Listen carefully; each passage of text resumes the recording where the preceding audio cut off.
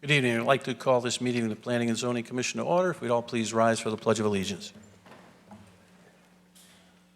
pledge allegiance to the flag of the United States of America and to the republic for which it stands, one nation, under God, indivisible, with liberty and justice for all.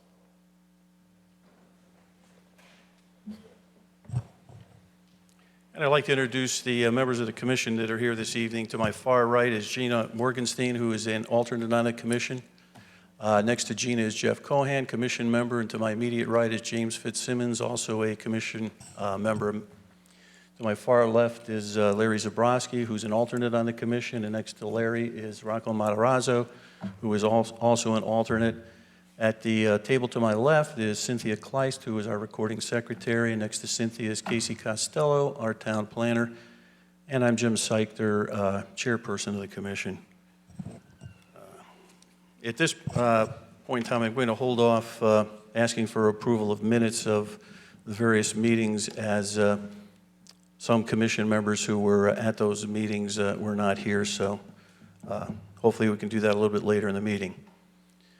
Our first item is actually it's a public hearing. Our public hearing on this application was closed. It's a zoning text amendment for section 4.2E.3 Paradise Hills Vineyard Wineries.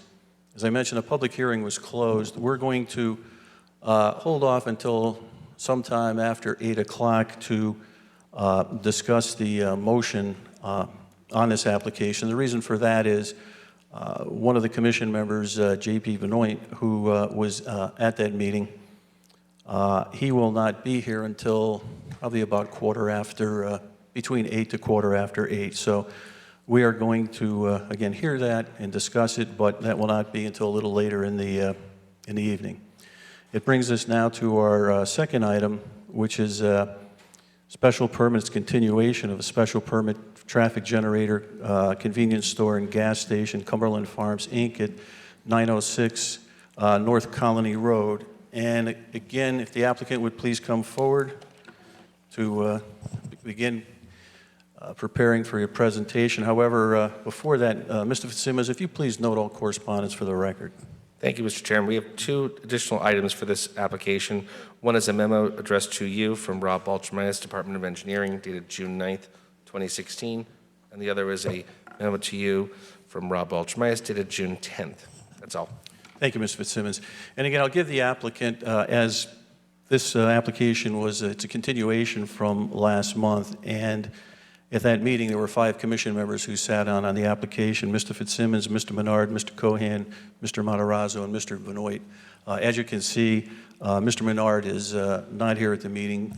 Mr. Benoit is not expected until sometime after 8 o'clock.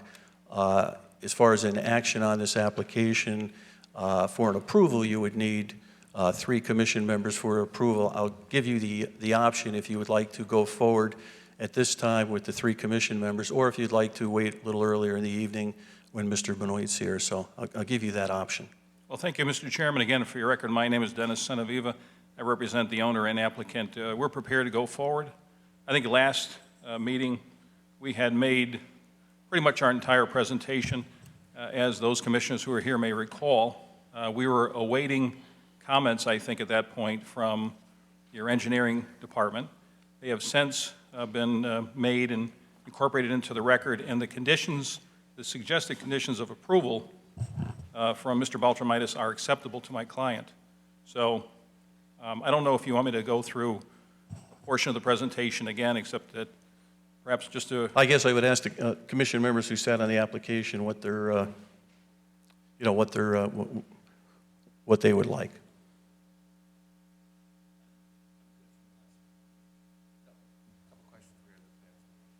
I think Mr. FITZSIMMONS has a couple of questions. I think as far as going into any further detail, I believe you can defer on that, at least for the moment.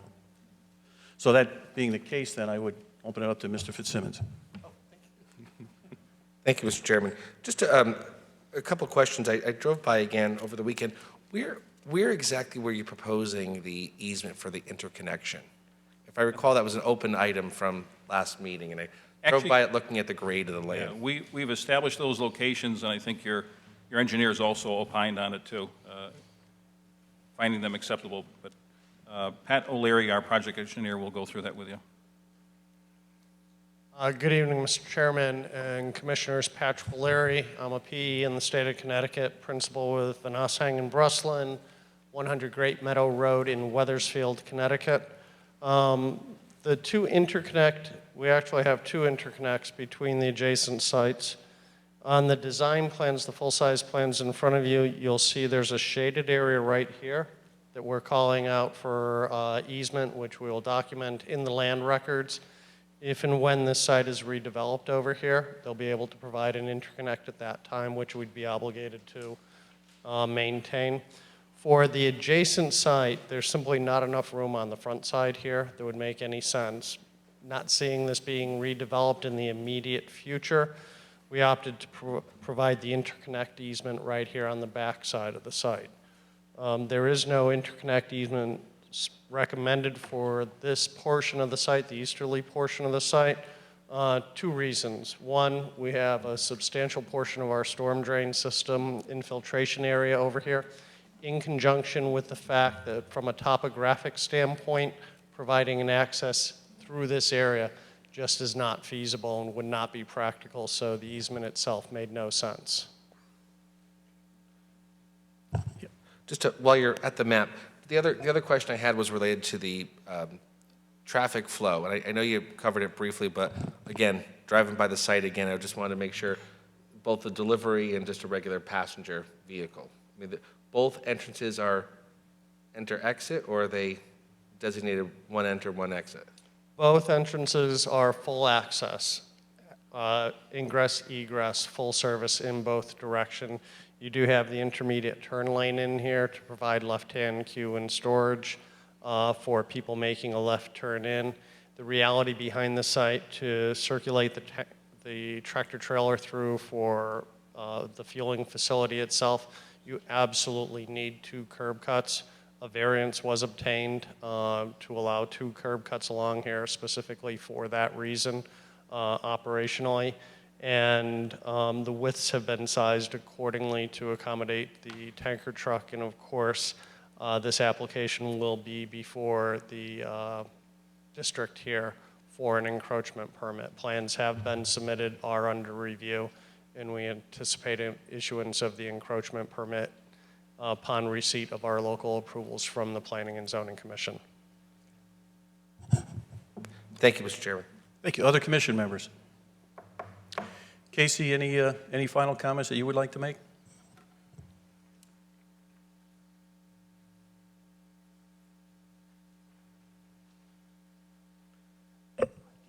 Generally, all of my comments have been addressed and were addressed for the last meeting.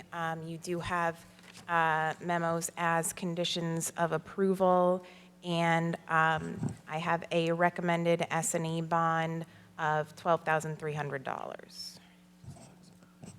Thank you.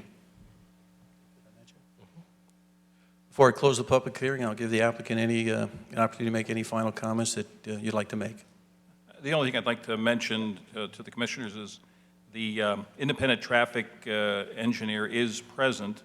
I know that his report has been submitted to you. It's fairly straightforward. It confirms that which was prepared by our project traffic engineer, McMahon Associates. It also was confirmed by Mr. Baltramitis in his comments. So I think, but he's here in case and the commissioners have any questions. Any commission members for the traffic engineer? Seeing none, at this point in time, I'd entertain a motion to close the public hearing. Mr. Chairman, I move we close the public hearing.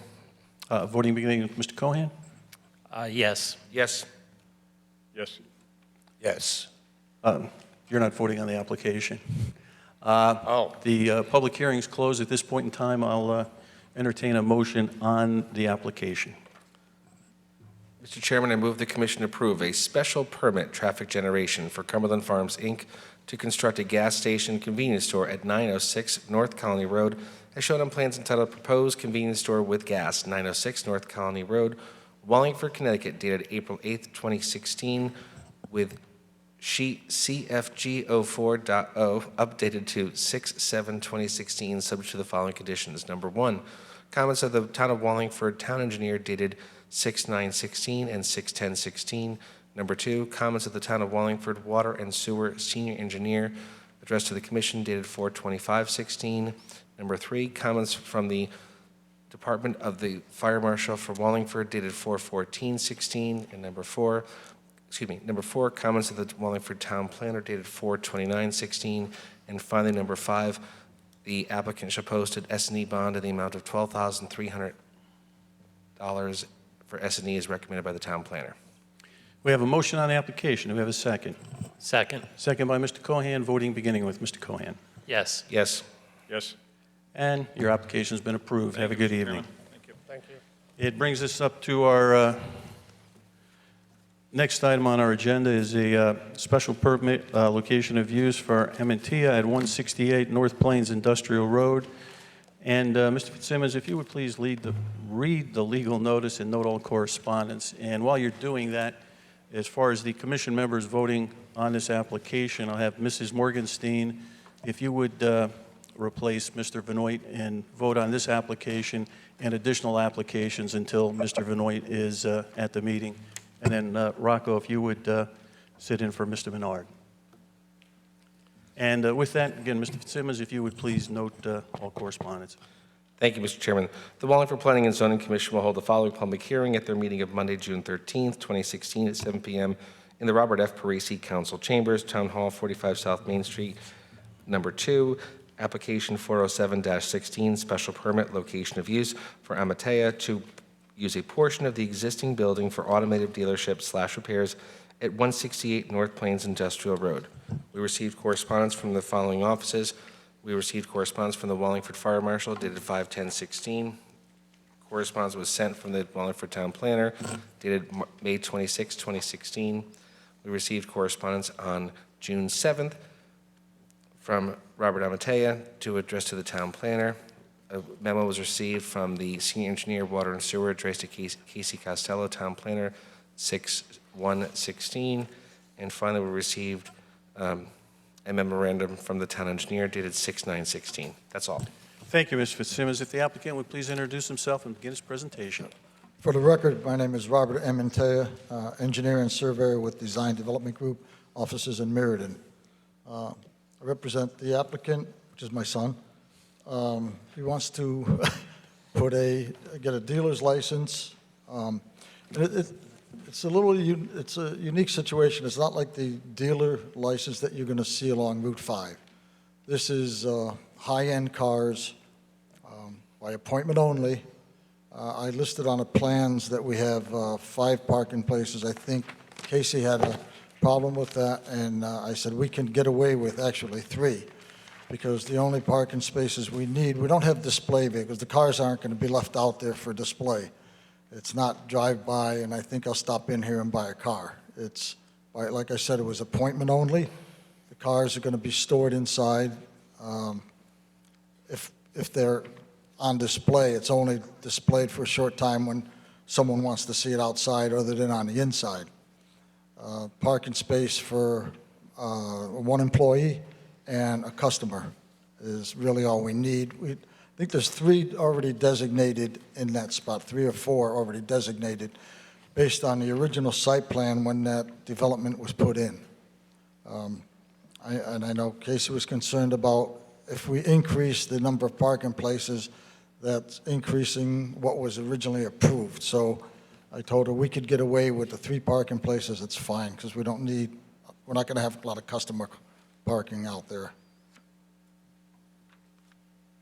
That's it. That's the extent of your presentation? Yes. Okay. Commission members with questions for the applicant. Mr. Fitzsimmons. Just to make sure I understand, and I appreciate your description. So is it primarily online sales? We sell most of our cars. Sir, if you could just please identify yourself. Sure. My name is Joseph Amentea, and And your address, too, please. Is 261 Royal Oak Circle in Meriden, Connecticut, and my business is on 168 North Plains Industrial Road.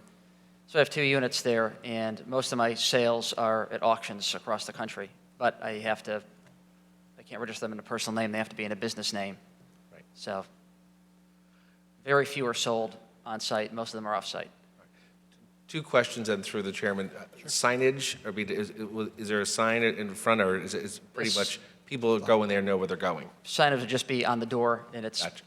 anybody that's coming in, they call me, you'll be available this day, et cetera. Okay, because of the dealer's license, I think the issue for me, and I think the town planner expressed it, was the limit the numbers. So as a condition of approval, what number are you looking for outside and inside? The display the vehicles inside and outside, or the outside is for employees only? I'm looking for a number for a motion, quite frankly. Actually, display vehicles outside are not displayed as, where they're going to be out there for any length of time. They'll be out there when somebody comes to look at the car, they may want to say, oh, can you bring it outside, and they want to take them for a ride in it, Right. but that's it. But they're not going to be sitting out there as a display vehicle. So the only spaces we really need are three designated parking spaces for myself, my son, and a customer who's coming in by appointment. Is that enough? Yeah, no, no. Okay. Can you just speak about the repair side of it? Again, it's a dealership for, dealership and repairs. What type of repairs may or may you not be doing on the vehicles? Yeah, so the type of cars we have are mostly 60s Corvettes to, new Porsches or Ferraris, so it's very minimal maintenance. If anything, just, prepping them for a sale, but the cars are all running, they're drivable cars, and it's very light, changing parts out, but nothing where we're doing any major overhauls.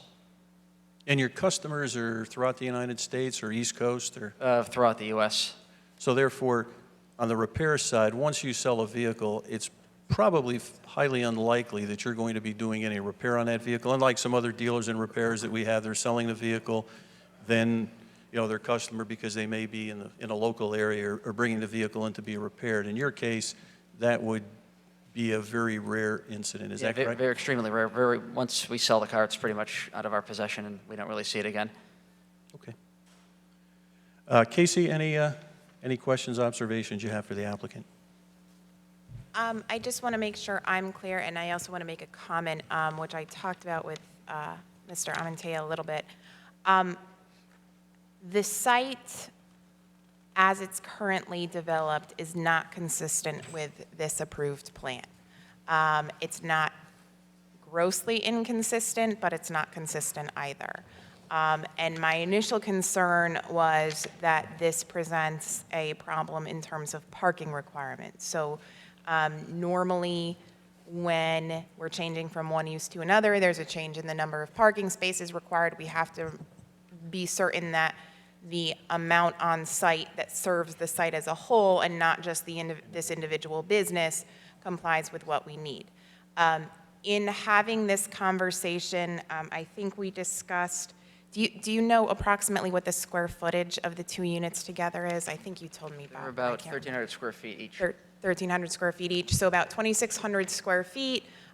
So currently, that use for warehousing would require about 2 spaces. They are looking for 3 to be used outside, and then do you have a sense of how many vehicles you'll be storing inside? Do you have a limit? It's about 4 cars per bay. 4 cars per bay, and you've got 2 bays? Correct. So 8 altogether. So altogether, that would meet with their parking requirements and wouldn't put them over much if they just have the 1 extra outside. There was 1 extra parking space on the site. So there are I think some other issues on the site that aren't really associated with their proposed business that I have become aware of, and will deal with from a violation standpoint. But at this point, based on the conversation, I think I'm comfortable as long as they can limit to 3 outdoor spaces and the rest to be served inside. Okay. Thank you. Okay, this is a public hearing. Are there any members of the public that would like to speak on the application? If there are, please come forward, name and address. Seeing none, I'll just bring it back to well, first I'll ask any commission members any final questions. Seeing none, I'll give the applicant a chance to make any final comments that you'd like to make. If not, that's fine also. That's about it, I guess. Okay, good. So at this point in time, I'd entertain a motion to close our public hearing. Mr. Chairman, I move we close the public hearing. Do we have a second? Second. All in favor? Aye. Aye. Opposed, abstentions? And at this point in time, I entertain a motion on the application.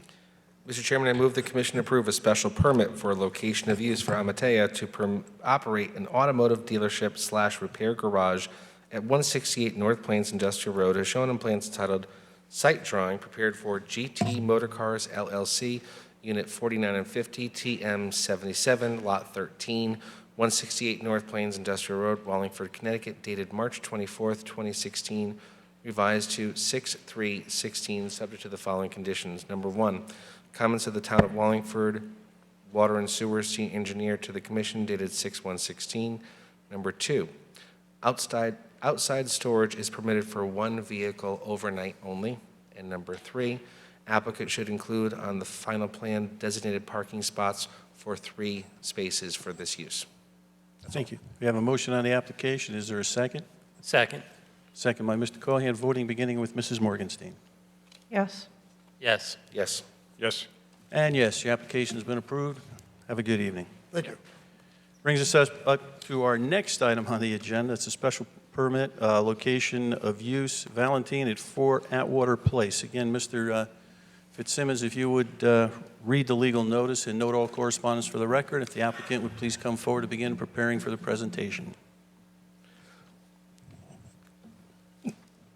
Special permit application 408-16, special permit location of use for Valentin to permit existing building for automotive dealership repair at 4 Atwater Place.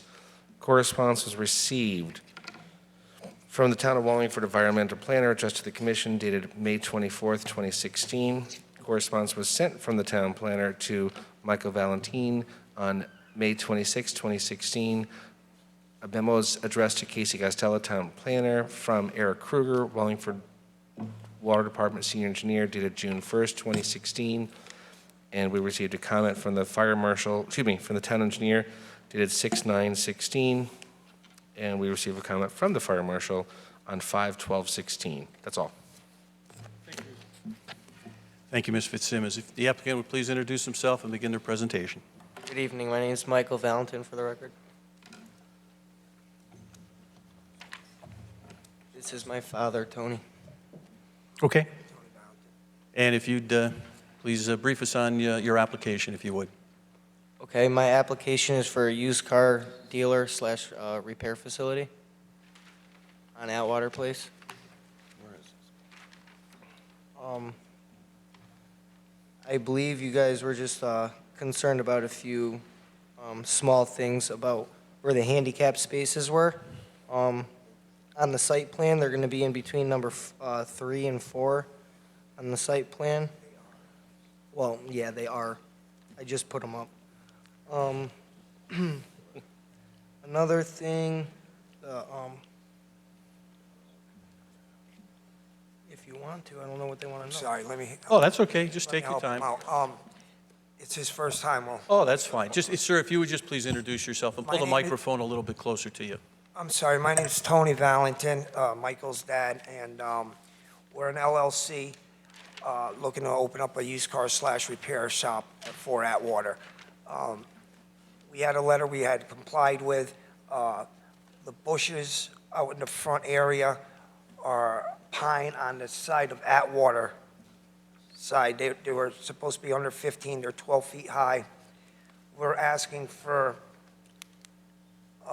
we'll start at where the parking is, where Michael was saying, the handicap between 4 and 5. If you could just give us just a chance so we can open up our plans Oh, so we I'm can sorry. follow what you're saying, sir.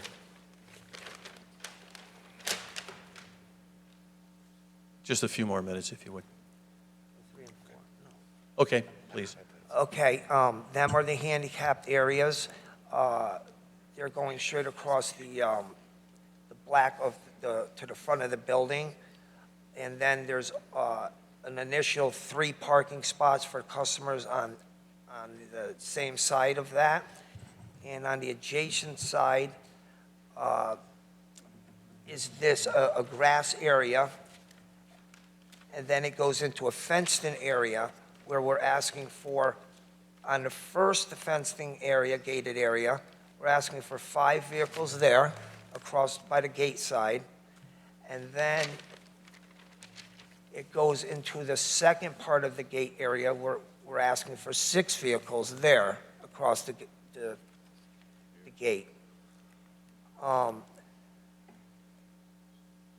They asked where the dumpster was, which was going to be in that gravel area. That gravel area, they asked what it was. That was a old building that they, or something they had taken down. Excuse me, just, I don't mean to interrupt, but Casey, I guess on the plans, do we have revised plans? I guess I'm looking at the plans, and maybe I'm just a little confused. I don't see handicaps unless I'm missing them. I know the gentleman referenced handicap spaces. I don't see handicap spaces. We didn't receive revised plans, so I think they are telling you where they're planning on putting them. Well, we have done it because we got the letter from you to do them, and we already had done them. But we have not revised it on this from Rosalind Page has not revised where they are. Yeah, sir, I think we're in a position where you're making some comments on some plans that we have, but the plans we have haven't been revised to what you're discussing with us. And quite frankly, maybe it's just me, but I'm a little bit confused as far as, what's being presented and kind of tracking on your plans. I guess I'd just like some comments from other commission members, how they feel. In my mind, I think I would like to see the plans, the revised plans based upon the comments of our town planner. I think that would help us out and be a lot less confusing. I guess I'd open up that to other commission members. I would agree, Mr. Chairman. Our normal process is you get the letter, then you revise the plans before the meeting. And so, like the last applicant, the plans were modified from the letter, and that's our normal. I agree with the chairman. I'd like to see revised plans to act on, ideally. Yeah, I guess other commission members? I'd agree with that. It seems to be a lot of changes. I'd agree. Yeah, I think that is the general sense of the commission that, before we were to act on this application, we'd like to see your plans revised based upon the conversations and the suggestions, conditions that our town planner have made to you. Like, as you mentioned, I guess your engineer is still in the process of completing those plans. So I believe the action that the commission would take would be to table this application until our next meeting, which would be in July. And Casey, what's the date of that meeting? 11th. I think it's July 11th. It's July 11th. And that should give you, ample time to, have the plans modified based upon your discussions with our town planner. So when the commission members are looking at them, we know specifically what you're talking about, and, we're not kind of tracking over and writing it on the plans. Right. So when they gave us this list to do, we complied with it, so we were supposed to have this plan revised before we came in. Yeah, see, when you say you've complied with it, how do I know you've complied with it? Because I don't have it in front of me. So, yeah, that's exactly it. Once, Right, we weren't no, I understand. told that, or No, I we would have understand. had Rosalind Page Sure. update it, or been here with us. I appreciate that, sir. I think there might have been just either some misunderstanding or lack of communication. Okay. So what I'm going to do is I'm going to ask for a motion from the commission to table this application until our July 11th meeting, which should then give you, ample time to have your plans modified to, comply with your discussions with, with our town planner. And I guess before I call for a motion on that, Casey, do you have any other thing that you would like to? No, I think that will give us an opportunity to also meet out at the site and kind of go over everything if you'd like to do that too. That would be great. Okay. This way we make sure next time that we are fully prepared. Yes. That's good. Okay, and again, at this point in time, I'd entertain a motion to table this application until our July 11th meeting. Mr. Chairman, I move that we table the application for a special permit application 408-16 for Michael Valentin. Do we have a second on that motion? Second. Second by Mr. Cohan, voting beginning with Mrs. Morgenstein. Yes. Yes. Yes. Yes. And yes. And hopefully we'll see you on the 11th with your revised plans. Thank you. Thank you very much. Thank you, gentlemen. That brings us up to our next item of business. It's new business. It's a site plan, Kingsbrook Development Corporation, 701 North Colony Road. And again, Mr. Fitzsimmons, if you would please note all correspondence for the record. Thank you. Thank you, Mr. Chairman.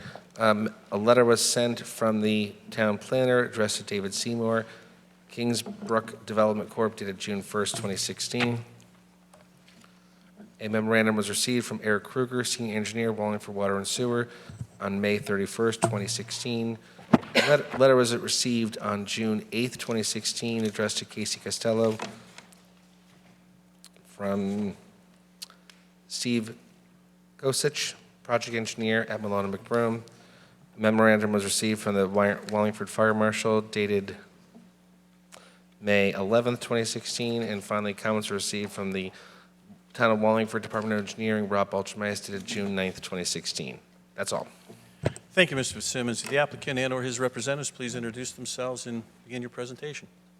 Hi, good evening. My name is David Seymour. I'm the president of Kingsbrook Development Corp., located in Meriden, Connecticut. We are a general contracting and design build development firm. This is our 27th year in business. I'm here tonight and very pleased to be here tonight after 3 years of hard work investigating properties in Wallingford for the potential development of the Wallingford COS site. The COS stands for Connecticut Orthopedic Specialist, who are currently a resident in the town and an operating business in the town. They're at 1000 Yale Avenue. We were able to secure and purchase this property several years ago and let the leases work their course and try to work with our tenants. And the group, which actually is over 50 physicians with locations throughout the state of Connecticut, is exceedingly excited about this opportunity because their current facility was not large enough. They provide orthopedic treatments of all types, including surgeries, et cetera, although this facility will just be a medical office facility to see patients. The purpose of this site will be to develop it into a new facility and attract several existing physicians and new physicians, as well as once they relocate from, potentially, if it's approved, from 1000 Yale Ave, will then actually be the redevelopment of 1000 Yale Ave for administrative offices, thus relocating existing administrative people from other towns to the Yale Avenue site. So we're very excited about this, and I'm going to turn over this to Steve Coaches.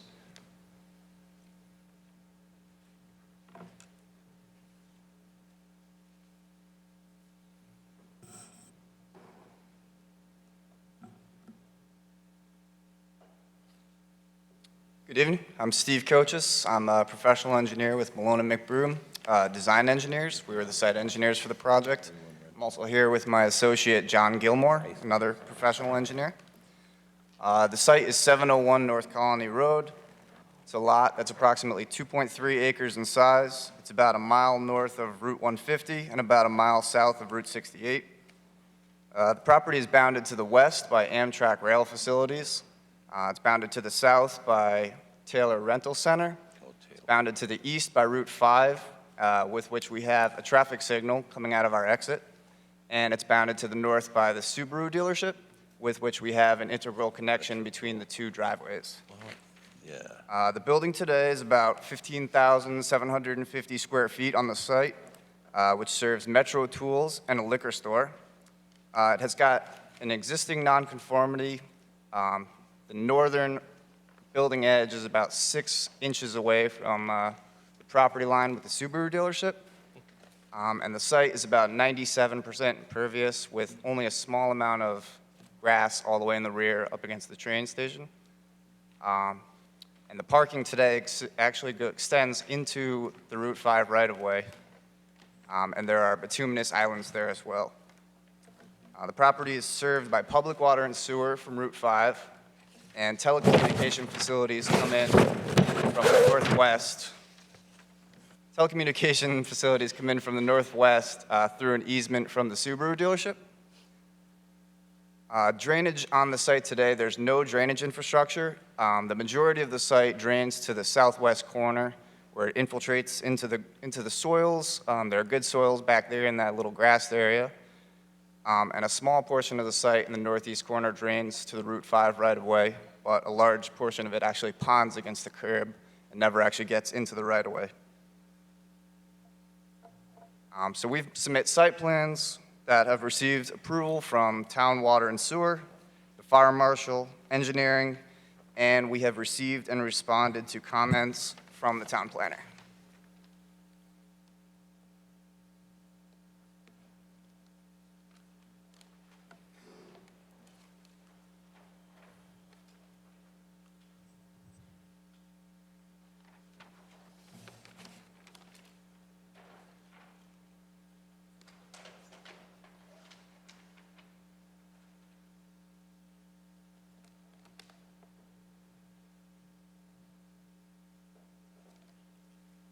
This is the proposed site plan. It's proposed to demolish the existing building from the ground up, reusing portions of the foundation. The new building is going to have a reduced footprint. It's only going to be 11,800 square feet in footprint. It's going to be 2 floors, combining to 23,600 gross square footage. The new building will conform to the Route 5 zoning setbacks, as we'll be providing plus or minus 29 feet from the northern property line, the Subaru dealership. It's proposed to reuse the existing intersection. We're going to keep our traffic signal. We're not proposing any changes to the traffic signal. We're going to stripe 158 spaces, 6 of which will be handicapped, so we're meeting the parking requirement for the gross square footage of our proposed building. A 50-foot landscape buffer will be provided in the front, 5-foot landscape buffers to the north and south to the adjacent developments, and there will be a small landscape buffer also to the rear to the rail track facilities. Existing utilities will be reused to the maximum extent possible.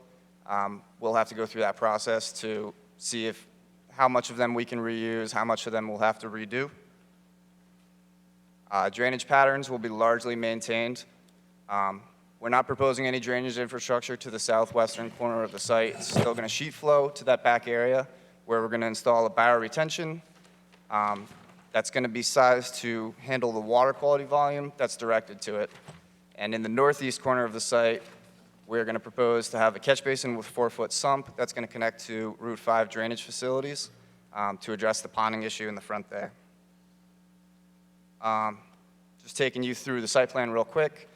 We're going to maintain the traffic signal on the east. We're going to maintain the interroad connection to the north. There's an access easement between the 2 properties. There's going to be parking rows that are all going to be 2-way, and then there's going to be a 1-way circulation going clockwise around the building. And at this point, I'm going to pass it off to Craig Chassie, who is the project architect.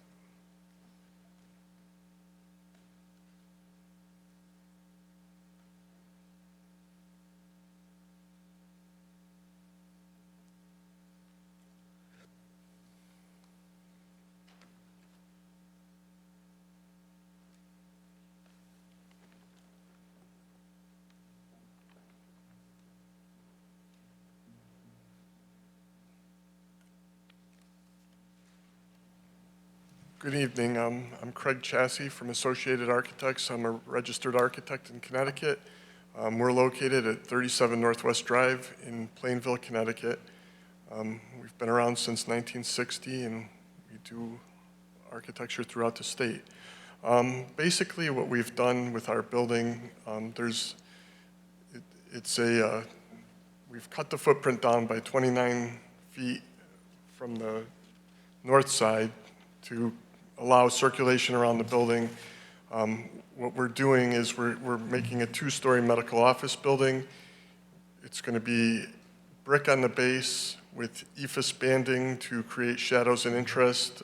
Our entrance is going to be on the south side of the building, which is going to have a canopy and some glass storefront to announce the entrance and to interconnect with the parking.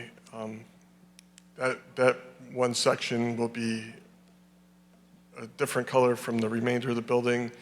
We'll have a cornice at the top similar to the orthopedic specialties standards, which I should actually put up there and show you. Hold on one second.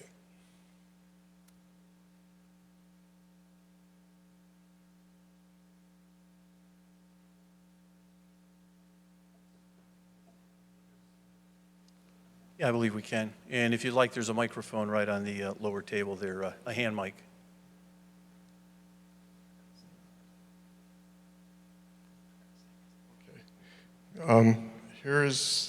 This is orthopedic specialties standard for their buildings. Basically what we've done is we're sort of mimicking the architecture with a brick base and then EFIS detailing with a cornice around the top of our building, similarly to what they've done on theirs. Our entrance, as I stated, has a glass curtain wall with a 2-story lobby that has an interconnecting stairwell and an elevator. We're going to create a new stairwell along the west elevation of the building to add some break in the straight uniformness of the building. Other than that, it's pretty standard medical office space. We're going to have a glass curtain wall with glass punched windows and EFIS detailing.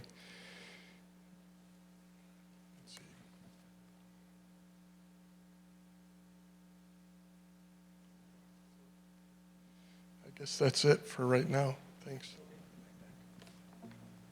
Can't take the microphone with you. No.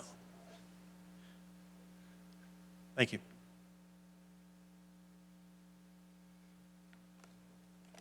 Is there any questions you guys have on the architecture of the building? Questions for the architect? I believe not at this point. Oh, I guess Mr. Matarazzo does. I think it's a huge improvement. It's going to look great. Spent a lot of time on it. It might be the OCD in me. Why did you position the building with the front entrance facing south and not? The vast majority of the parking field was to our south, so we felt it appropriate to have our entrance on the south side of the building. If it was turned and centrally located, you couldn't park on either side? We're trying to reuse the foundation as a cost savings. So it costs. Yeah. Okay. I might comment on that. We ran the studies actually extensively. We even looked at one point of, do we look for site approval and actually try to build the building on the other side of the site while the tenants were still occupying the site? And based on the sheer fact of the way the site and the sands and the soils that are there, our initial test resulted in the fact that our bearing capacity isn't overly great on the site. Okay. And the extent of that site development, especially in the back, on what would be the west side. So we substantially decided that the existing foundation was actually cerebrally installed when it was done. So we actually plan to reutilize the existing foundation, not just for cost, but also for the sheer fact that it actually gave us the added benefit of the repurposing a portion of the building versus demolishing the entire facility, which we've been trying to do it in a lot of projects as of late. Yeah, I understand. Thank you. Yeah, it's just makes me feel like when I go down the main street and I see a house that's sideways and the door's on the left, or right side, rather than facing the street. Yeah, I don't think that perhaps there is another elevation. Well, actually shows it there where we suspect that the bump out, if I can show you Might the break depth up. here. Yeah.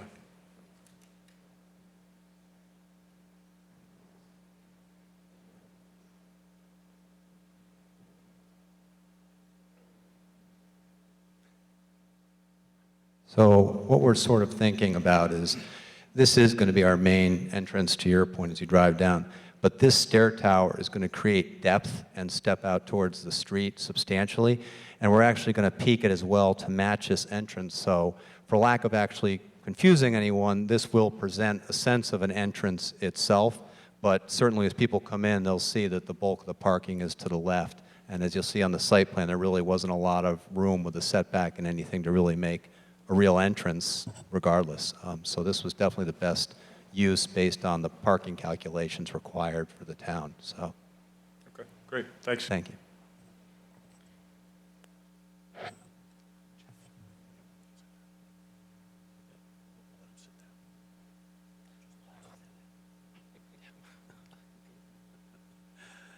Mr. Cohen, I believe you had some questions. Yeah, I just had a follow-up question from Rocco, because I was thinking the same thing, basically. Are you going to have signage on the south side and on the side facing Route 5? Whatever the town will allow us to do, we will come in with a separate permit application for the signage. So yes, the plan would be to have some sort of signage on the building on what would be the street side, North Colony side. I don't forecast any on the, what would be the south side. Okay. Thank you. Thank you. Mr. Fitzsimmons. I'm going to make it, excuse me, I'm going to make it a trifecta. I would agree with the prior two speakers. I mean, I know what our regulations allow, but I think it appears to be an improvement to the site, but it's disappointing it won't face 5. And I think that's, Rocco probably said it best. I mean, I understand the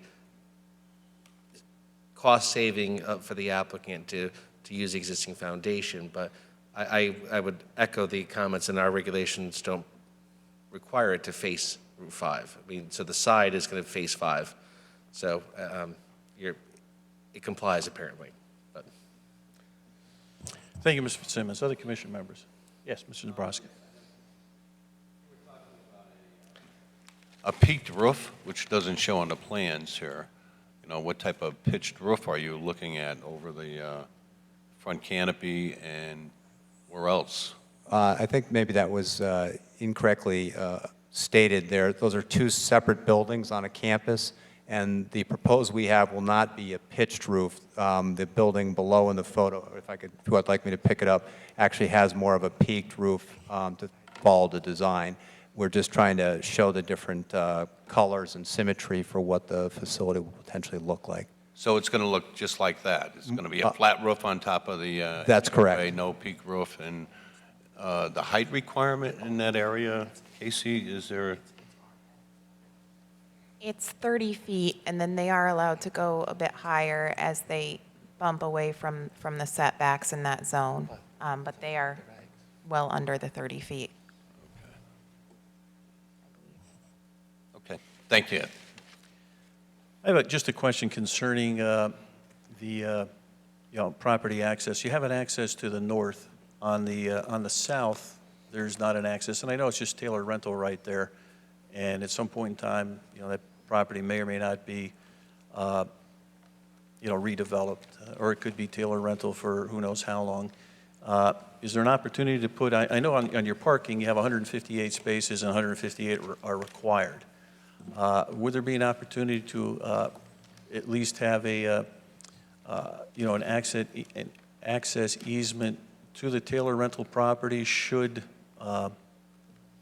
that property look to be redeveloped and they come into, and then we could require that access easement to the south?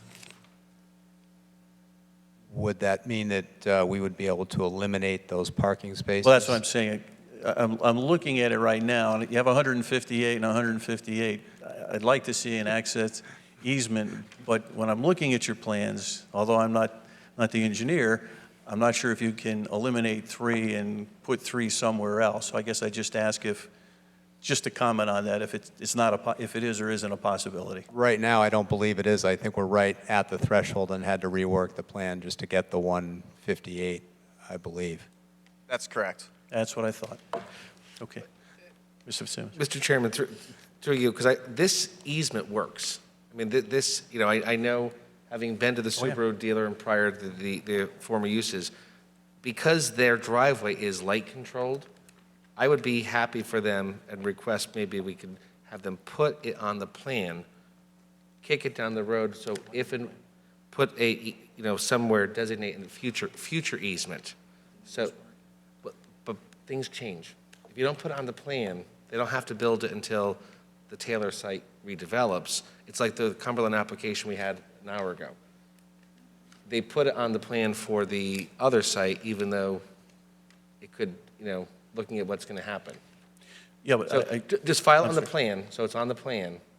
If and when the Taylor site comes up, maybe it can be an accommodation. But unless we get it on the plan, it doesn't work.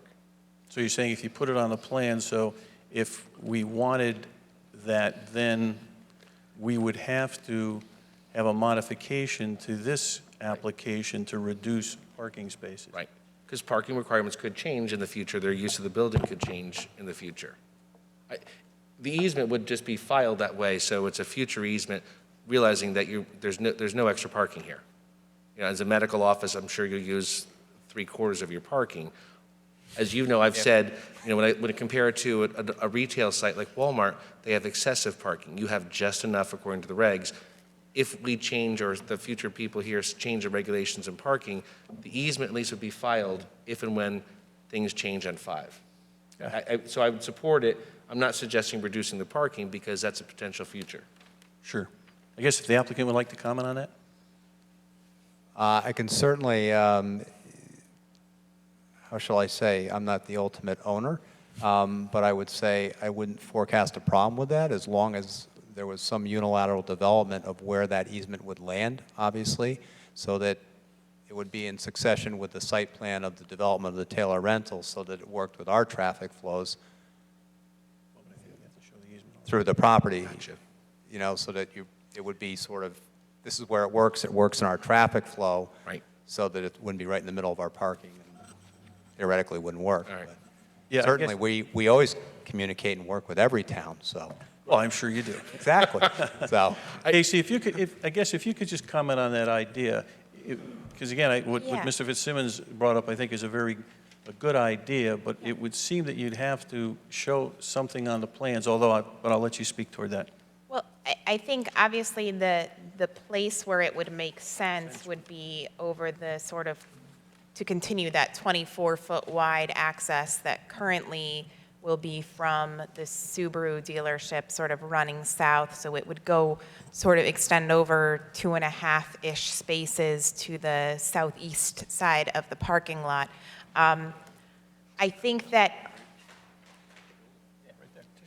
you could still require the easement to be applied onto the property in looking at the language in your regulations, but you could only require the connection to be created if it maintained compliance with the parking regulations. Correct. Yeah. So I Yeah, I think think that's that what- would be appropriate. So Yeah, I that's think what- we could have a note to that effect on the plans, and the easement could state to that effect on the plans if the applicant is agreeable to that. So again, as far as the area that Casey has mentioned, obviously, hopefully you're familiar with what she's talking with, and that would work for you folks. It would seem that it wouldn't certainly impair the flow of traffic on your property if in fact that easement ever did come into play. so I think the appropriate answer is yes. Thank you. Thank you. Thank you, Mr. FITZSIMMONS. And I would just suggest that in the condition, something along the lines, language that the applicant work with the town attorney to develop an appropriately stated easement. Okay. And also, just while I'm speaking, I did want to clarify, in terms of the height, they actually have a 35-foot high building. They're permitted the 38.6 based on their setbacks, based on the increase that they can do the increase in height based on increases in their setbacks. So I just wanted to clarify that. I misstated that before. Thank you. And again, you had a rather, I won't say an extensive menu, but a menu to them, a memo to the applicant indicating some of your comments. And correct me if I'm wrong, but all of those have been addressed on the plans. Is that correct? Yes, everything has been addressed. 2 suggested conditions of approval would be, as discussed in my comments and their response comments, that the easement is to be, for the property to the north, is to be relocated. Right now, the easement is in the area where there will be parking in the future. And then the other one would be that the easement for the sidewalk to the town be filed prior to issuance of a CO. Thank you. And then finally, I had one more, which was a S&E bond of $11,500. Thank you. Any other commission members with questions? Mr. Cohan. Yeah, just a couple other questions. You know, you've proposed it as a medical office building. Do you have any idea what, you know, tenants you're actually going to get? And basically where I'm going with this is,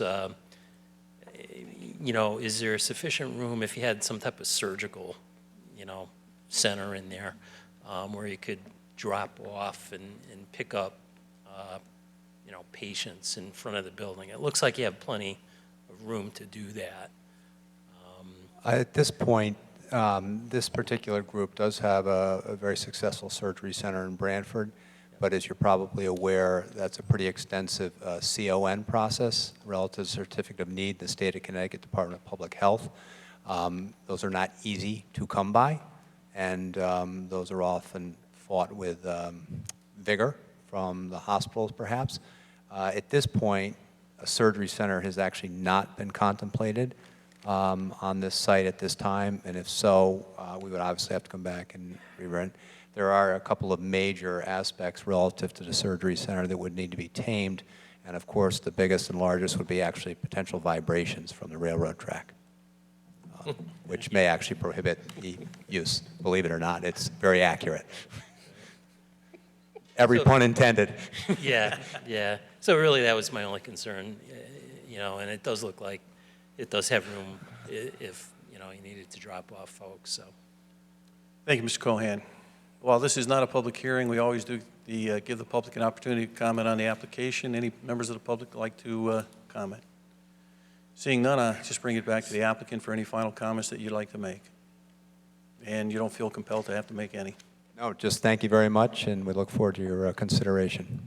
I'd just like to make one comment. I'm certainly glad that you decided not to reuse the building and you know, decided to you know, essentially tear it down and rebuild.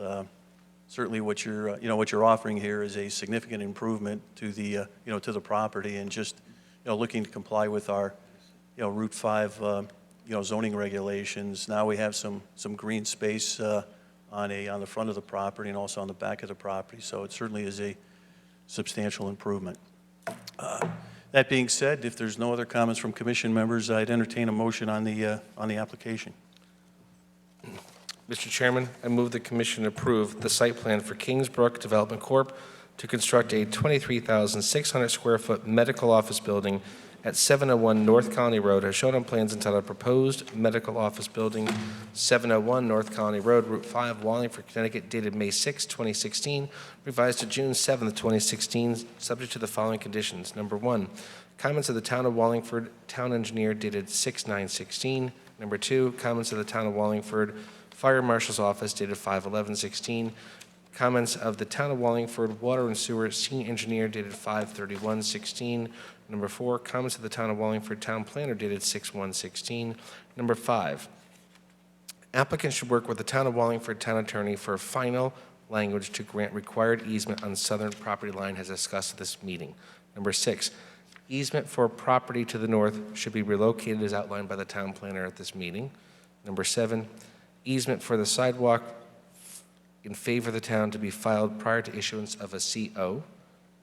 And number 8, the applicant should post a S&E bond of $11,500 as recommended by the town planner. Thank you, Mr. Fitzsimmons. We have a motion on the application. Do we have a second? Second. Second by Mr. Cohan, voting beginning with Mrs. Morgenstein.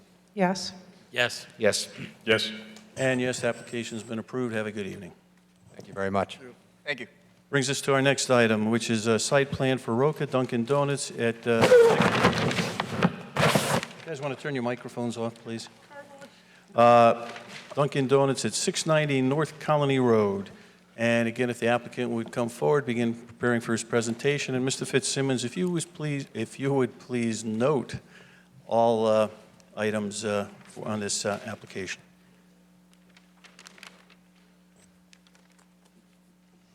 Mr. Chairman, a memo was received from Eric Kruger, Senior Engineer, Water and Sewer, to the office of the Town Planner dated May 19th, 2016, A letter was sent from the Office of the Town Planner to Manuel Rocha, May 19th, 2016.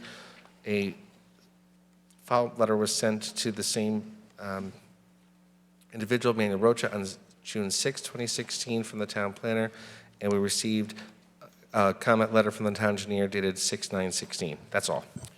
Thank you, Mr. Fitzsimmons. And if the applicant would please introduce himself and begin his presentation. My name is Manuel Rocha. I live at 98 Shore Road, Waterford, Connecticut. And I am the franchisee for Dunkin' Donuts in Wallingford, Connecticut. What I wanted to do is just basically add a little bit more parking to accommodate the Dunkin' Donuts. Okay. Commission members with questions for the applicant. Mr. Fitzsimmons. Just a question. I apologize. I don't have my plan in front of me. The driveway, the property is being used right now for parking of employees, I assume, correct? Yes. Okay. It's chained off. Can you explain why it's chained off? Is it intention on the curb cut to keep that closed and keep it chained? Because the chain, I think, is what interests me in this. The reason for the chain is because the DOT required that I would widen up the entryway because it was designed for a house. And at this point, we have no intentions to go through that extra cost. And they required that we would block it. That's the only reason. So we wouldn't have traffic coming up the opposite way. I guess if I could, I mean, I'm there daily. So I'm thinking it's a separate parcel from the Dunkin' Donuts. Is the idea to merge these two lots? Because otherwise this application is for a parking lot with no structure, which our regs don't normally allow. Having conversations with Ms. Costello, we can merge the lot. The intentions was simply that when we purchased the property, 690 North Colony, it was to really make the allocation a lot more easier and effective as far as the main problem we always had was landscaping people or small trucks trying to park and park in front of the building. All we did was alleviate that and make it easier, and it's been used quite a bit, so on a positive note. Right. If I could just add to that, it was the main issue in my, or the main comment in my memo to Mr. Roca. Because those two properties are under the same ownership and the property to the south, which is the subject property of this application, is undersized in terms of your zoning requirements. Once the house on the property was demolished, they're considered automatically merged under your zoning regs anyhow. And so the final plan we've discussed it, will reflect that. So at this point, they are considered merged, but that does need to be reflected in the plans. I guess one final question. Looking at the map now, thank you.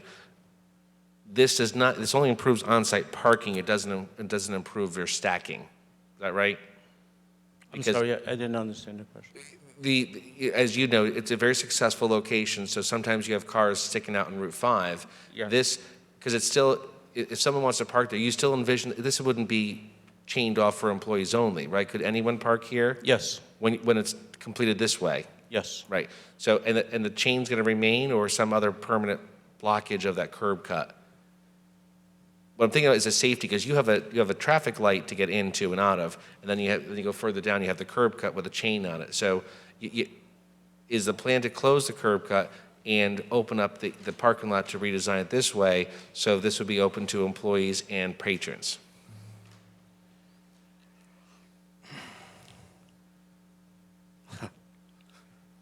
My main purpose was just to have extra parking for the customers that we have and make it easier. That was it. I wasn't really thinking that far ahead as far as closing that entrance. I mean, I can look at opening it, but I thought there was just going to be a big, long process for Is utilizing it. Is DOT has required that it be chained for the time being, right? Closed off because it doesn't meet the road because of the house. Right. It's too narrow. So if you intended on opening it up or using it in the future, you'd have to go through a new site plan approval and you'd have to go through DOT approval Yes. again, right? Does that address the question? I guess that addressed my question. I mean, because you have a light on your primary driveway, we're very lucky on Route 5 to have a light. The chain and the curb cut, I think, is probably what questioned, and then we got the request for administrative. The question is, what's the future plan? Right now, this is your today plan. But if the future plan is to further do something here, it would require state approval and town approval to use that curb cut. Yes. Okay, I want to make sure we're clear there, yeah. Yeah. I mean, yeah, so this new gray area on your plan, I could park there? Yes. Okay, because it's not going to be chained off there saying, okay, this is just for... No, absolutely Okay, not. that's... Absolutely The not. chain, okay. Thank you, Mr. Fitzsimmons. Other commission members' questions? Mr. Matarazzo. Just one question. With the size of the lot where you're proposing the additional parking and the amount of volume in business you do and traffic that comes in, is there any reason why you didn't make that any bigger? I think I could make it bigger. It would just cost. Yeah. No, it's just a thought, because you do get a We do great- have the proper amount of parking for the size of the building that we have. Yeah. This is just, it's there, addition. and I just want to make it easier. We have a lot of seniors in Wallingford, and we seem to be doing a great job because they're in there quite a bit. And they do tie up the parking spaces where are the premium parking. So we figured, we kind of inch them over to the area where it's a little quieter, that's all. We're trying to help the cause. No, with the amount of volume and the traffic that comes into your place, I could see you making that twice as big and Well, probably filling it. we could always come back with a plan in the future. I'm getting a little older, but I could always come back with a better plan and super layout, but not at this point. Thank you. Thank you. Other commission members? Casey, any final comments? No, you have my letter, which I would suggest as a condition of approval, and also you have the letter from Water and Sewer. Thank you. Again, this is not a public hearing, but are there any members from the commission, from the public that would like to comment on the application? Seeing none, I guess I'll bring it back to you, Mr. Rocha, if you have any final comments. If none, I'll ask commission members for any final comments. If none, I'll entertain a motion on the application. Mr. Chairman, I move the commission approve a site plan for Rocha to construct a parking lot expansion at 690, 694 North Colony Road, as shown on plans entitled Proposed Parking Expansion, 690, 694 North Colony Road, Wallingford, Connecticut, dated 4/8/16, subject to the following conditions. Number one, comments of the Town of Wallingford Water and Sewer Senior Engineer dated 5/19/16. Number two, comments of the Town of Wallingford Town Planner addressed to the applicant 6/16/16. Thank you, Mr. Fitzsimmons. We have a motion on the application. Do we have a second? Second. Second by Mr. Cohan. Voting beginning with Mrs. Morgenstein. Yes. Yes. Yes. Yes. And yes, the application's been approved. Thank you and good night. Thank you.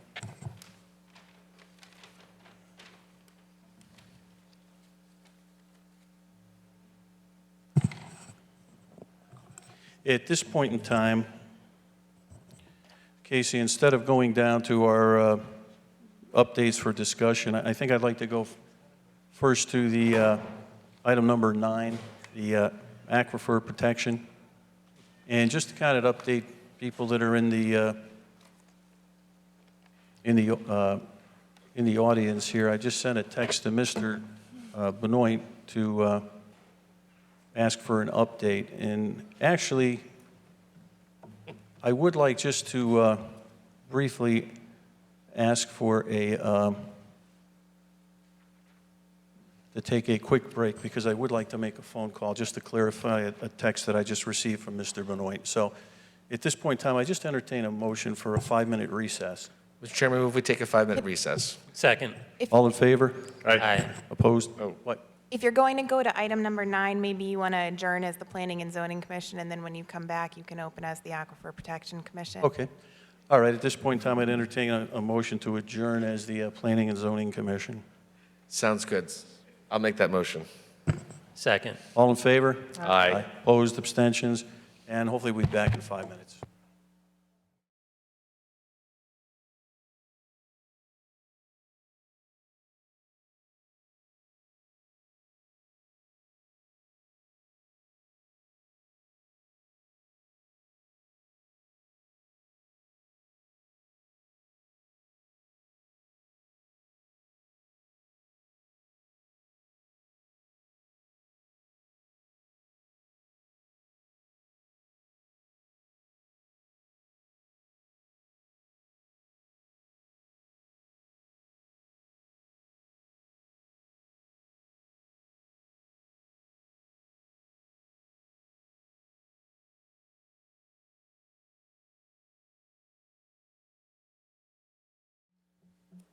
Thank you. At this point in time, I'd like to reconvene our meeting as the Aquifer Protection Commission. But before I ask the applicant to identify herself, I just would like to make one announcement. I was able to get in contact with Mr. Benoit, and he should be here in about 20 minutes. So, again, Mr. FITZSIMMONS, if you please note all correspondence for the record, please.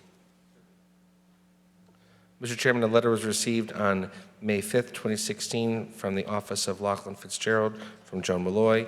A memorandum was received from Eric Kruger, Senior Engineer, Water and Sewer, addressed to Casey Costello, June 8th, 2016. That's it. Good. And so we are clear, we are discussing aquifer protection. It's for 1148, 1164 North Colony Road from Attorney Malloy. And again, if the applicant, or rather Attorney Malloy, please introduce herself for this discussion item. Thank you, Mr. Chairman. For the record, my name is Joan Malloy. I'm an attorney with the firm of Lachlan Fitzgerald. My office is located at 150 South Main Street here in Wallingford, Connecticut. I'm here tonight on behalf of North Colony Development Group, LLC, which is the owner of property known as 1148, 1164 North Colony Road. Seated with me at the table to my right is Steve Zion, who is a principal of North Colony Development Group, LLC, and to my left is Gary Greenhalgh, who is one of our project engineers. As I indicated in the letter, which Mr. FITZSIMMONS mentioned, we asked for an opportunity to speak to the commission tonight.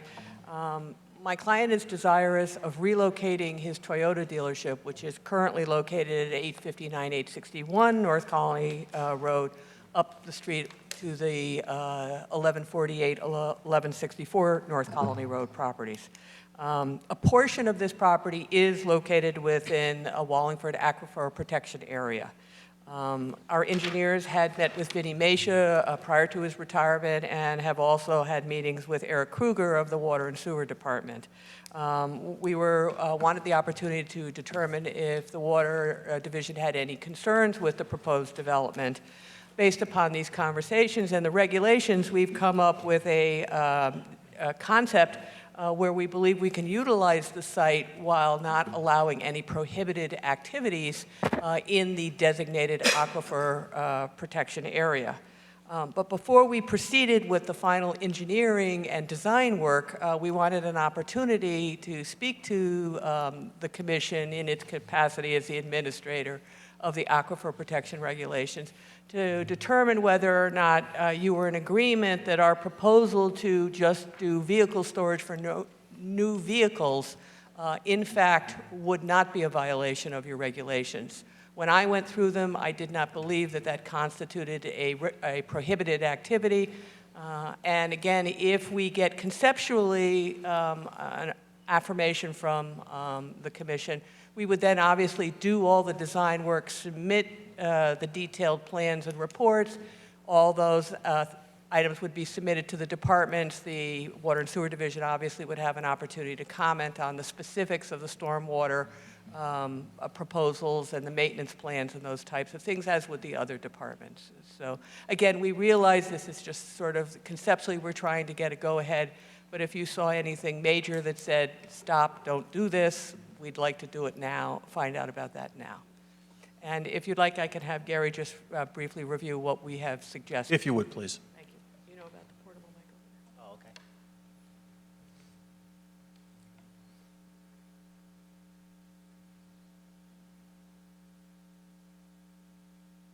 Good evening. Good evening. My name is Gary Grunholz. I'm a professional engineer, 690 Main Street in Newington, Connecticut.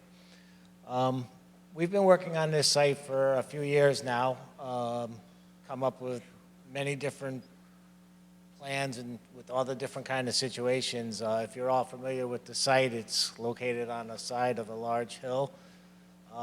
So there's a lot of different issues that are still in front of us, especially drainage and things like that we need to deal with. So right now we're basically trying to get the parameters of what we need to have to be able to design the site, to do the drainage and to make everybody satisfied with how we're doing it. Right here, this blue line basically shows the water aquifer line that Vinnie Mesha had come up with. He had asked us to keep the building outside of it because that would be the way we look at it. And we talked about putting new vehicles in the area of the aquifer because there would be really almost no chance for the cars to have any kind of leakage or problems there. The system would all be designed to make sure that any kind of spillage or anything in this area would be taken away and treated properly. They had also asked to put some kind of separations to show, so people would know where the new parking or the aquifer area was. So what we thought was a good idea was put some islands in, basically delineating where the aquifer area is. So if you went on the site, you could basically say, hey, this is the area, this should only have the new car inventory in it, and it would be obvious if there was anything that was not being done correctly.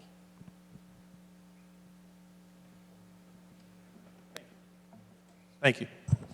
I mean, we'd be happy to answer any questions, but it's a fairly, basic concept plan at this point in time, and we tried to be responsive to what both Casey and I had discussed and what Eric Kruger had requested. So. Okay, thank you. I believe Mrs. Morgenstein had a question or two. I just need to say for any impression of impropriety, my husband does work for Toyota of Wallingford, so I think if we could have someone else be on the voting part of this. Okay. Mr. Zambrowski? Maybe. Sorry. Any commission members? And I guess, Casey, we're not necessarily voting on this. We're just making simply a determination what we feel. Is that correct? Right, yes. Yeah. And then, based on that, there will be a future, presumably a future application. Come back with what you ask us for. Mr. Fitzsimmons. Just a question. I apologize. I know you just sat down. If you could help me, we don't have the map. We're using yours. The bottom is Route 5? Yes. The driveway is across from Staples driveway, is the idea to match? And so you would come in on the, as I call it, the back side. Yes. Yeah, the south side there, the lower side. Again, talking for the aquifer protection, so where the blue line is, I'm going to be driving down 5, right, heading, so if Staples is on my right, is I vision clear cutting. I mean, but is that where you'll be displaying the new vehicles? That's the plan? Actually, we've actually been to the ZBA, and what we showed them is we were able to get a reduction, a 10-foot reduction in the maximum landscaping because the hill is staying. Sure. Okay. So the display, you're actually going to be able to view it as you come up from Circle Drive. That's where the primary viewing area is because that's the lower part of the hill. So there will be display parking up on, across from the Staples Plaza, but you won't see it from the street because of the topography change and the landscaping that will be. Okay. So the parking I'm seeing left side, right side is essentially all new vehicle display. No, there's going to be customer parking, there's going to be employee parking. Okay, it's just in the area that's Blue. really, I want to say, the northwest corner, and I apologize if my dimensions are not correct, but that's the area that we're designating only for new vehicle parking. Okay. And the Because only- that's the aquifer protection. And the only clarification would be new, factory new, not Yes, yes. new, yeah, okay. Correct. All right, thank you. Anyone else? Just a question, in that area, approximately how many new cars could you park there? Well, part of that area, the most northern area is actually a vehicle storage area, so it's not quite parking in the typical sense of parking stalls. Gary, I don't know if we've counted the spots that are on the west of that line. Gee, that's a good question. I would think you're talking somewhere in the 75 to 80 range. That'd be my gut feeling. Okay. I mean, that's counting probably half the front there, which is about 20 spots right along the bottom section of the parking area. But I know that Toyota has that many new cars to display and park, so it's not going to be a problem filling them. Okay. Other commission members? Yes. Yes, Mrs. Zabrowski. Does that aquifer continue across Route 5, across Conley Street? I suspect Yes. it does, but I don't want to tell you exactly where it goes. It's sort of a circle, and you can actually see it on the zoning map, and circle may not be a correct way of describing it. Yeah, but- it's more of a blob, a misshapen blob, but it continues over towards South Broad Street, into the South Broad Street area. It continues a little ways to the north. So some of the other dealerships to the north of that are within the aquifer. Those were pre-existing, so they are registered, regulated activities, meaning that they're allowed to remain because they were already there. Is there anything on the west side of Route 5 that is in the aquifer? There is some of the gas stations and the old, there was an oil repair or an oil change place that I believe is vacant right now. That's also within the aquifer. So it seems like risky businesses to have within an aquifer. Well, the way that the aquifer protection regulations work is it is based on a state statute, and the mapping for the aquifer is was provided to us by the state, and it is based on the map locations of the aquifer.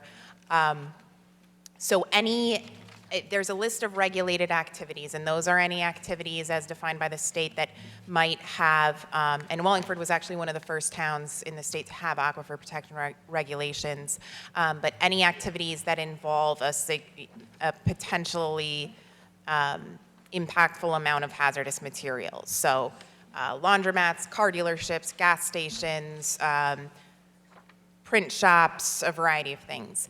And those are considered regulated activities. No new, and this is the question tonight, is no new regulated activities are permitted within the Aquifer Protection District. So anybody that was already there had to register with the town, and we do an annual inspection to make sure that they are disposing of their hazardous materials appropriately and all of that.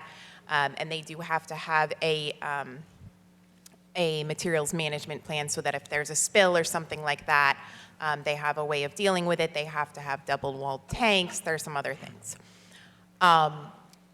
In this case, the question is, because a portion of the site is located within the aquifer, so like I said, a new dealership, or a new repair shop, I should say, a new repair garage, because that's the primary part that has the hazardous materials, would not be allowed within the Aquifer Protection District.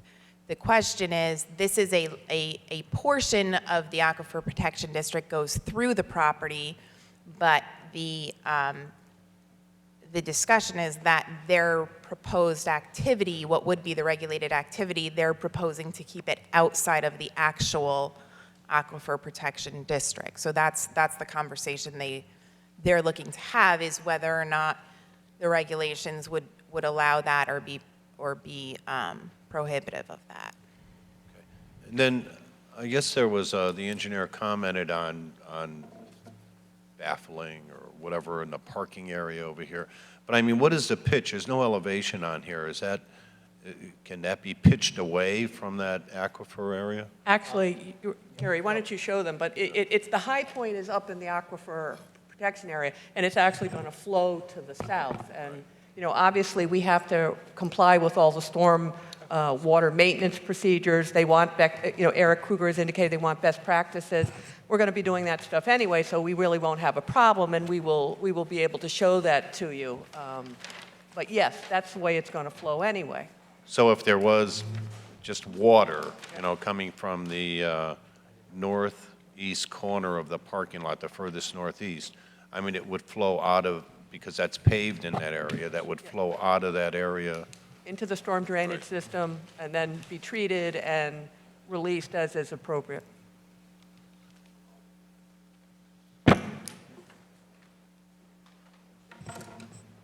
Then at the building, I mean, if it's, water comes down flowing, I mean, it doesn't go through the building though. That little corner over there, anything that's flowing down there, is there enough of room between the building and the aquifer to flow freely before it hits Again, the I'm not, aquifer? Gary, Pull the top one. can you pull that down again? I'm sorry, I didn't know we had a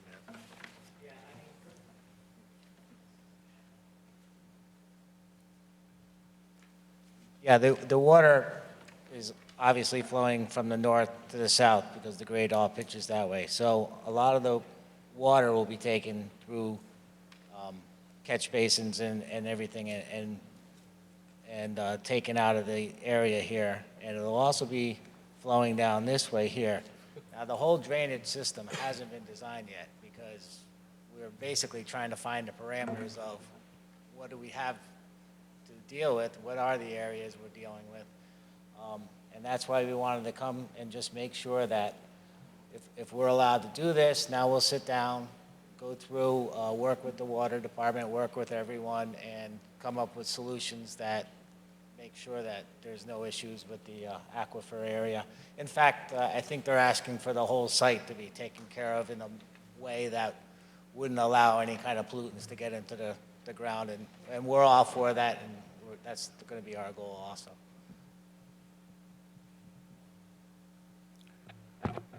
So just to recap, in other words, the aquifer line that demarcates the blob or whatever of the area of the aquifer, you're saying that anything on the site, as much as possible, well, all of it, will be pitched away from that area?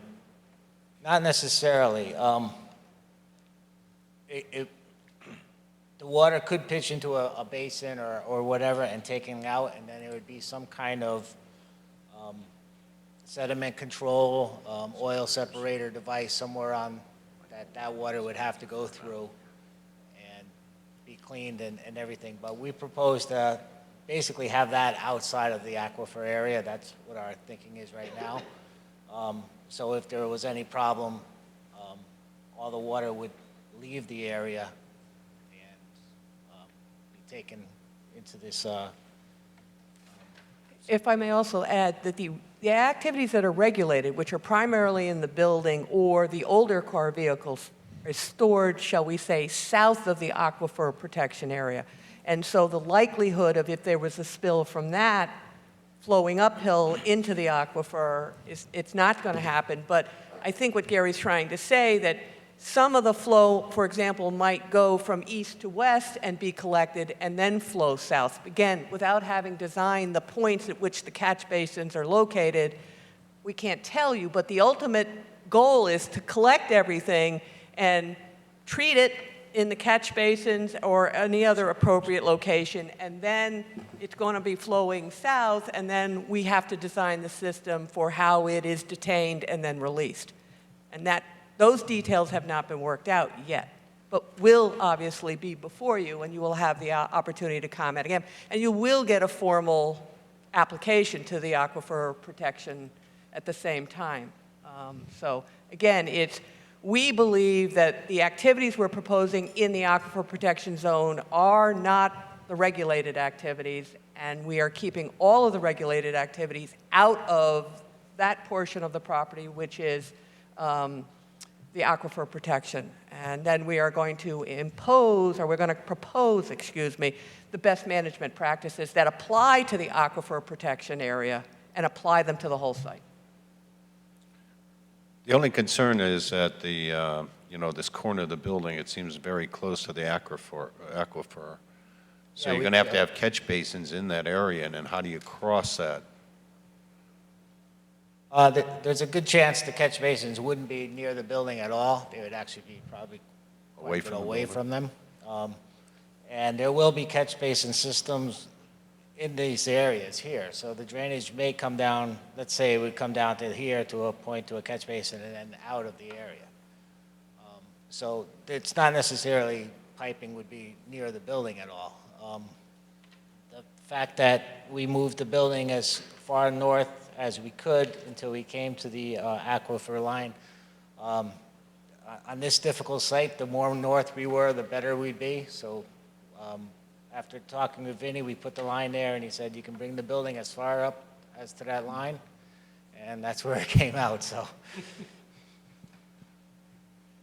And then I just have one question for Casey. Is this a normal aquifer protection plan that they're executing?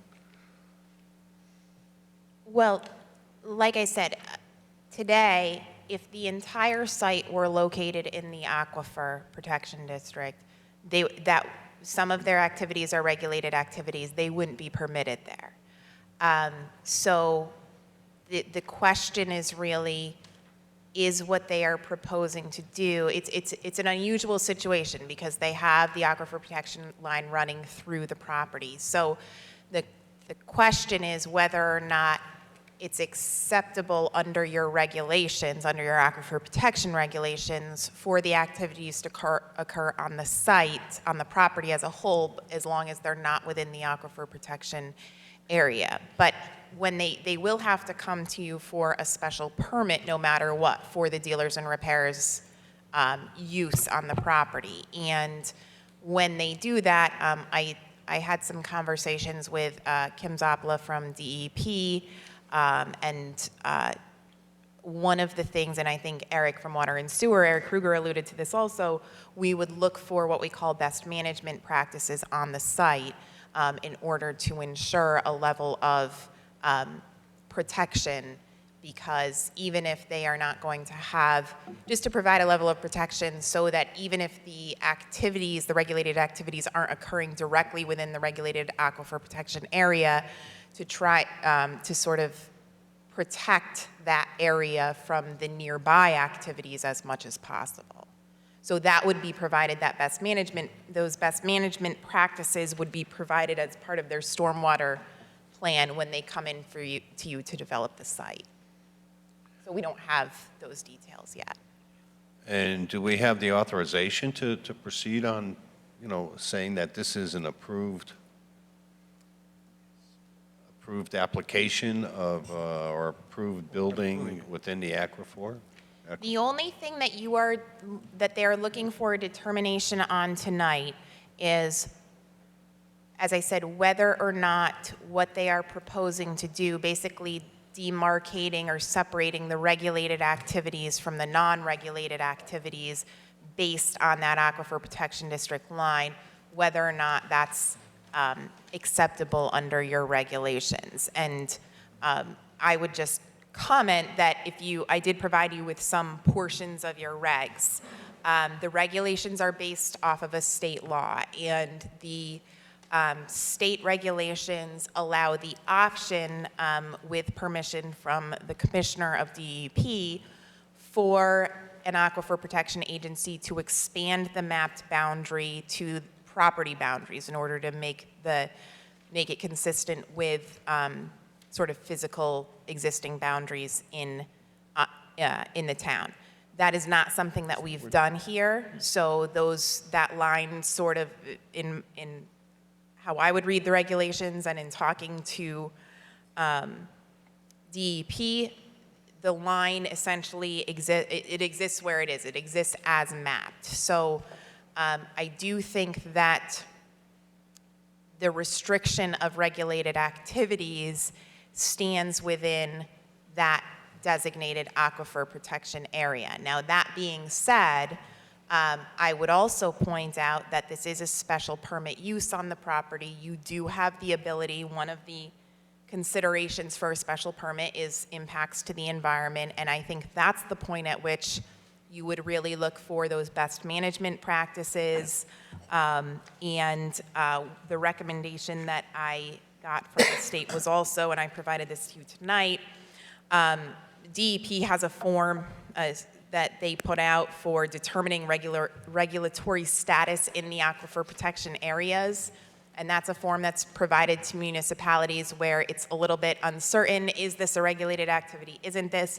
And what we would look for as part of this process, if it were to move forward, is for the applicant to fill out this form and provide you with a level of comfort that indeed no regulated activities under any circumstances will ever occur within that designated aquifer area. Because, for example, vehicles waiting to be repaired are an ancillary use, are part of the use for a regulated activity. So it would not be appropriate for vehicles waiting to be repaired to be parked in the designated aquifer protection area or to be located in such a way as to negatively impact that area. So I think that's where we would look for in the site design to really make sure that that's not going to happen, and to look for the applicant to provide you with a level of comfort that that's not going to happen, how they're going to prevent that from happening.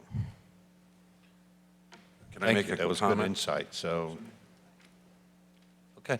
The way the building is laid out, the repairs would be all the way to the back part, because that's where the service entrance is.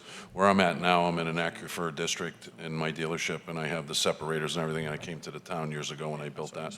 So I'm aware of what I have to do and bring me up to the new regs, but that's designed because of my technicians to walk all the way to that front of that property would be, way too costly and way too time wastely. So the cars will be parked along that back area and nowhere near that line. And really what I want to do is store new cars in that particular area. My pre-owned cars would be down in the far side in the lower part of the hill. So anything that was pre-owned wouldn't be in that area either. Sure. Thank you. Thank you. Casey, if I could, just so I'm clear, simply what we're being asked to this evening is it a regulated activity to have used cars parked in the aquifer protection? New cars. Excuse me. New cars. New cars, not new to the dealer, but actually new cars to be parked in the regulated area, correct? Yes. Sort of the other part of that is that there is a regulated activity occurring on site, but not within that designated area. And to make a determination. I know, yeah. So that's what we're being asked for tonight.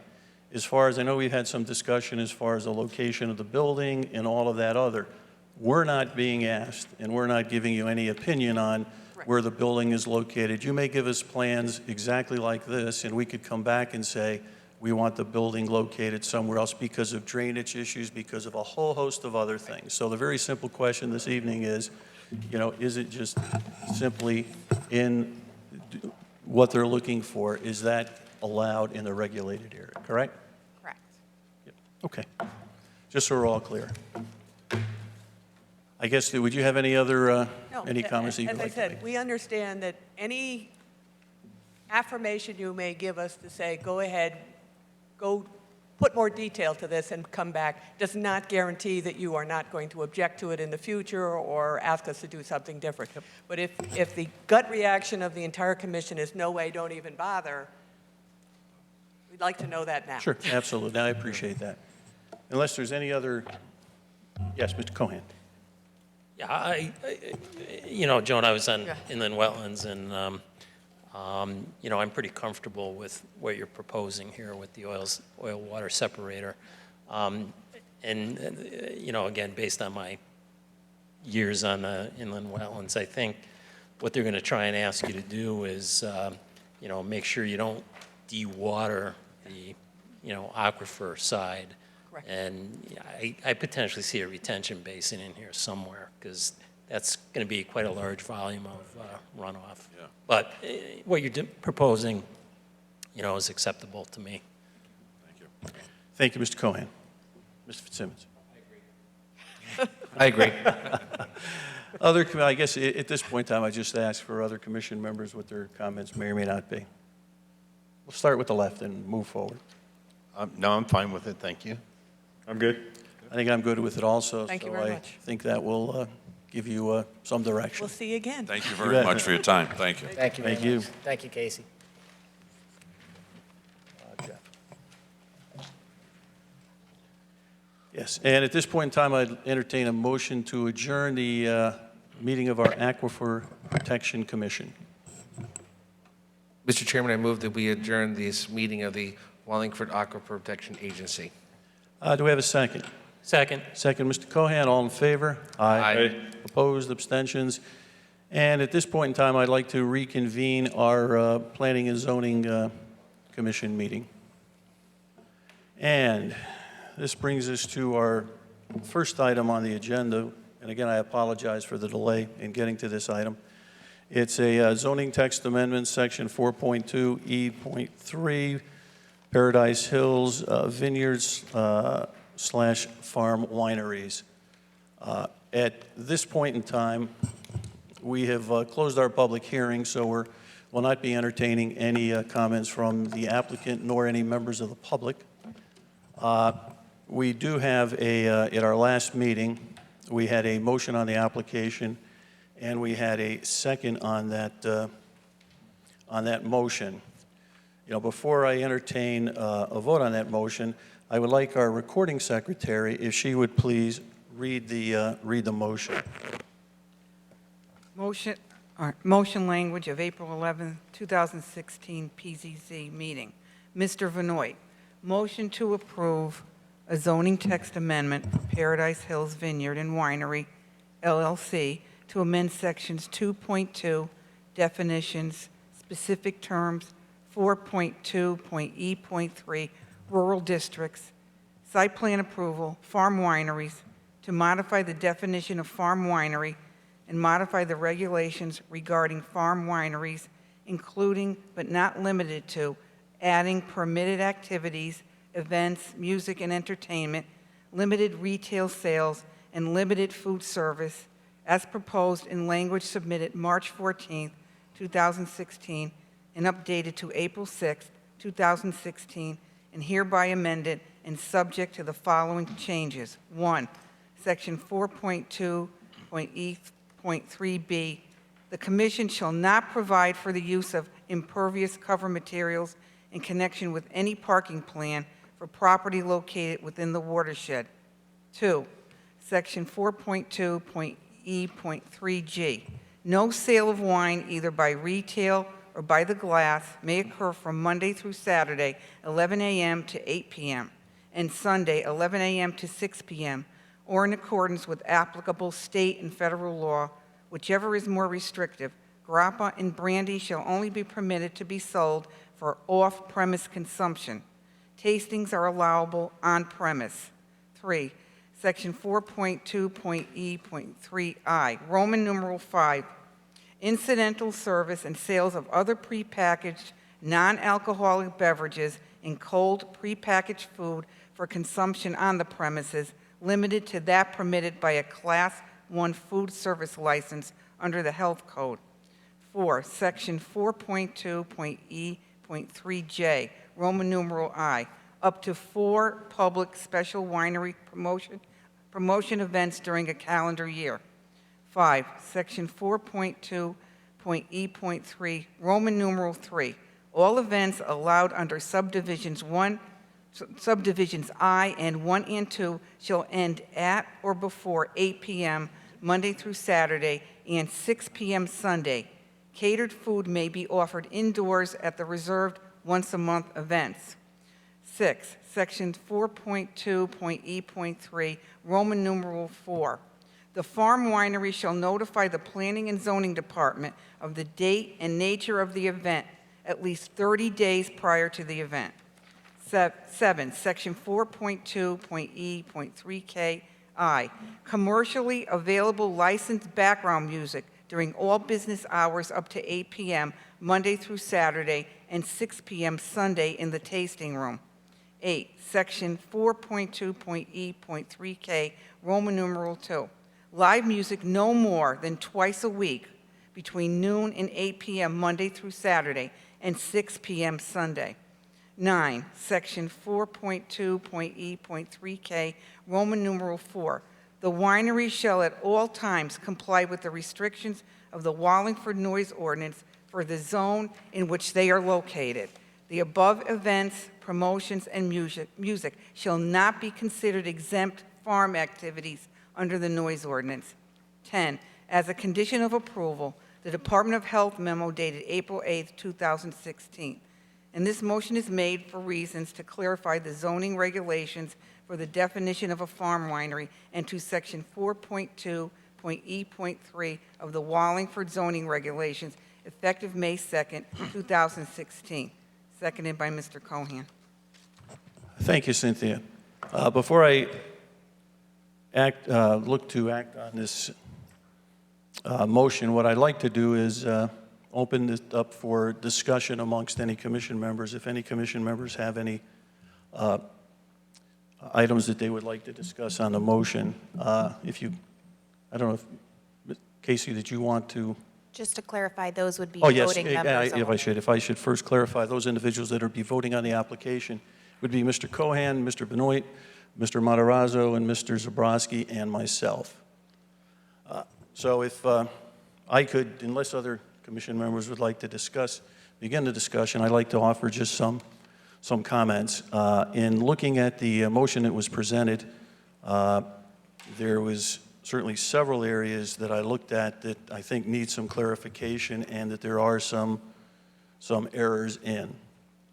If I could just start off with just number one, the first item, that the commission shall not provide for the use of any impervious cover materials. I think the gist of the motion is correct, or the requirement. But I think it's just, in my mind, it's a little bit too wordy, and I think essentially what we're saying is that impervious covered materials shall not be permitted in the parking areas or driveways located within the watershed. I think that that's what we mean here, and I believe that we could clear that up with that language. If I'm moving down now to number 2, clearly I believe this is an error based upon the discussions that the commission had as far as saying that no wine sales, either by retail or glass, may occur from Monday through Saturday at 11 a.m. to 8 p.m. I believe based on our discussion, what we're saying is that no sale of wine may occur before 11 or after 8 p.m. from Monday through Saturday, and before 11 a.m. or after 3 p.m. on Sunday.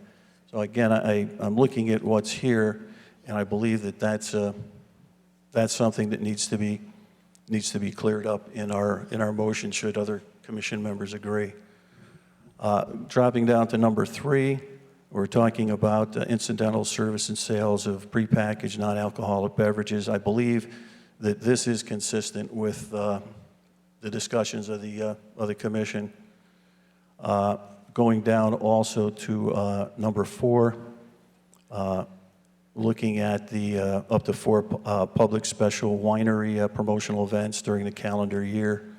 And again, I believe that that is all consistent with what we discussed. Number 5, we talk about section 4.2E3, Roman numeral 3.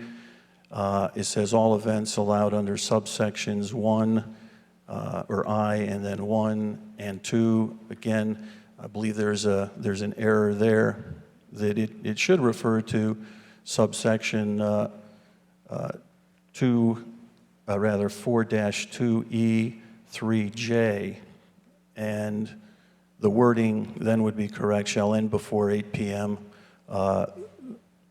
Through Monday through Saturday, and then 6 p.m. on Sunday. And then the rest of that motion is correct as far as I believe, from what our discussions, and I'll ask other commission members to comment afterwards, as far as the cater food.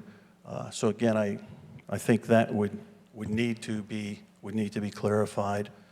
Going down to section number 6, that's Roman numeral. It says Roman numeral 4 in section 4.2E.3.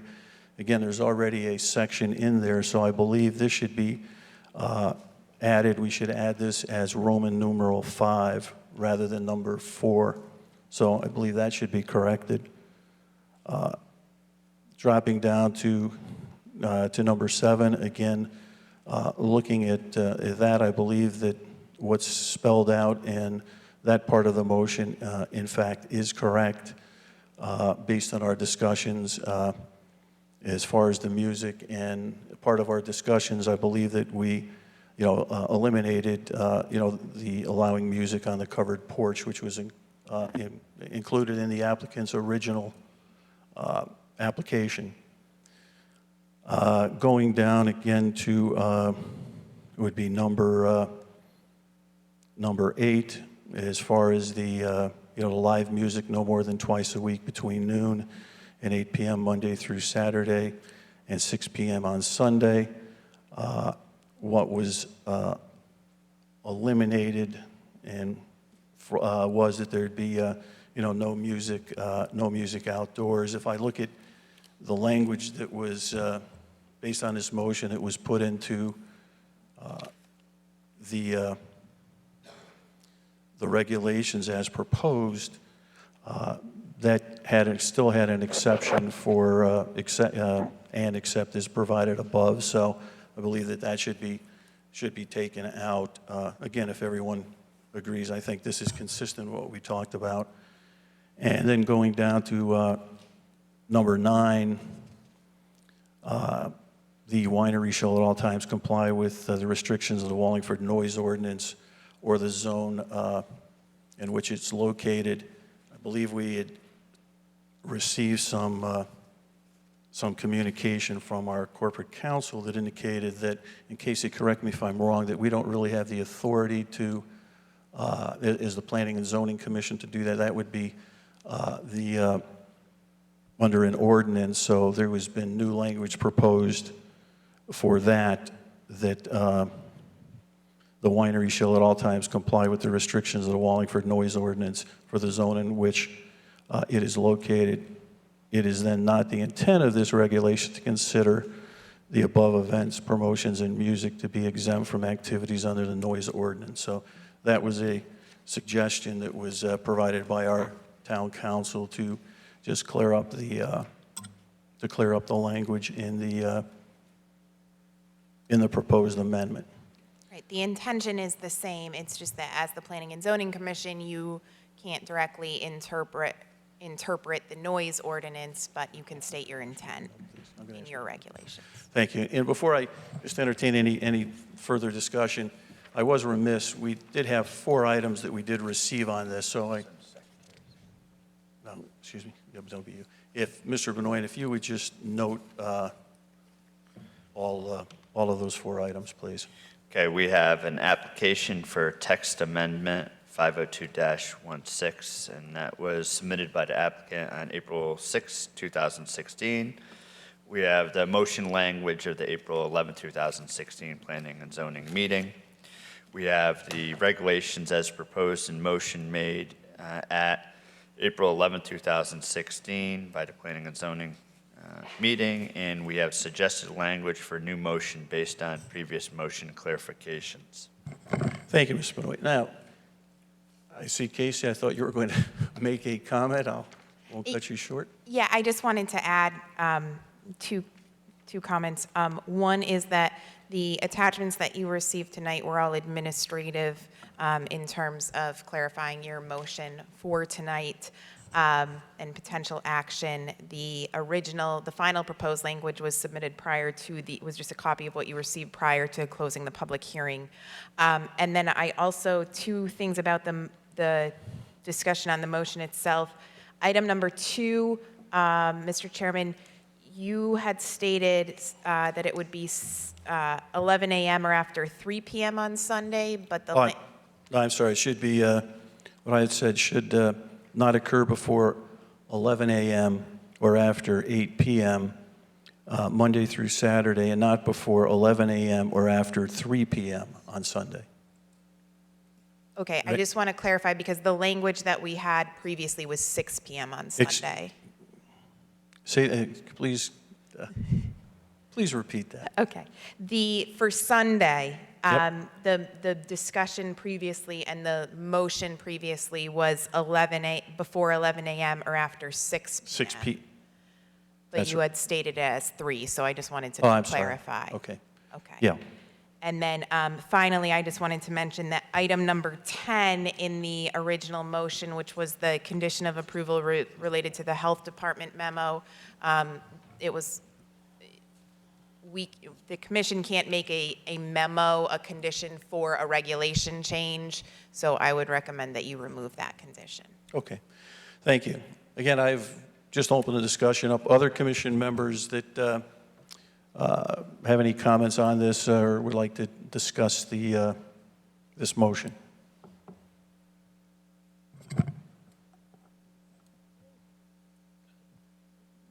Yeah, I'll make a couple comments. Sure. Mr. Cohen.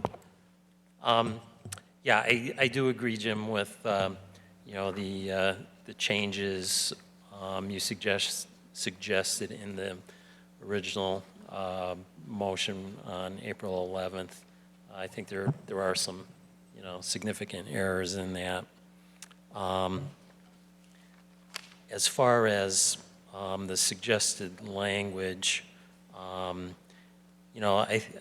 I have to find it here. And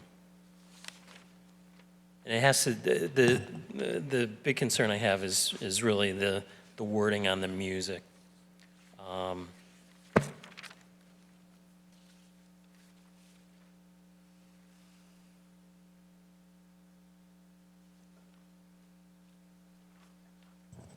Sorry, I can't even find it on the...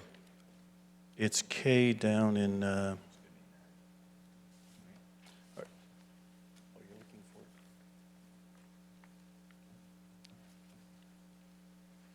Yeah, I don't, okay. Yeah, I actually don't see the language in the suggested revisions, but, so yeah, going back to the original language, I just want to make sure that we specify that there's not going to be any outdoor amplified music. And I think that was something that the applicant had agreed to.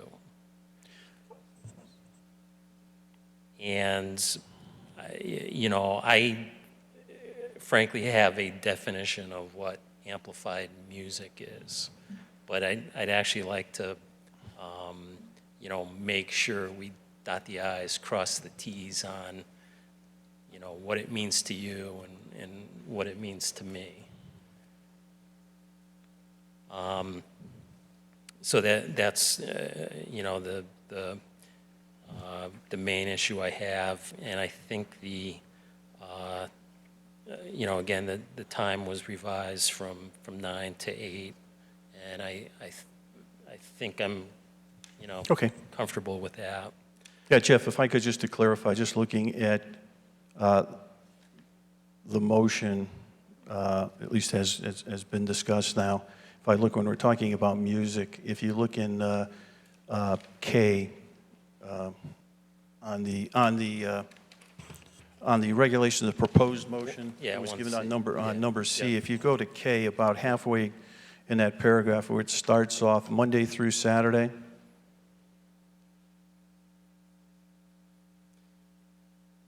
And it says Monday through Saturday, Well, actually, it starts live music no more than twice a week between noon and 8 p.m.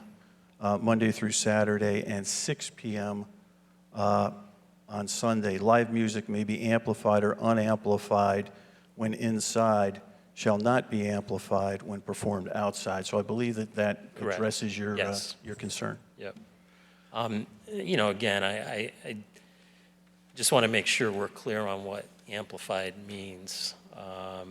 You know, it can't be over, you know, speakers. They can't have, you know, amplifiers. You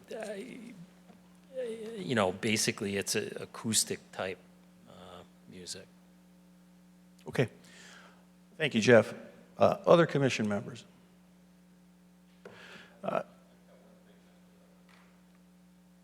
I'd like to ask what, and I don't know what this is, a Class 1 food service license.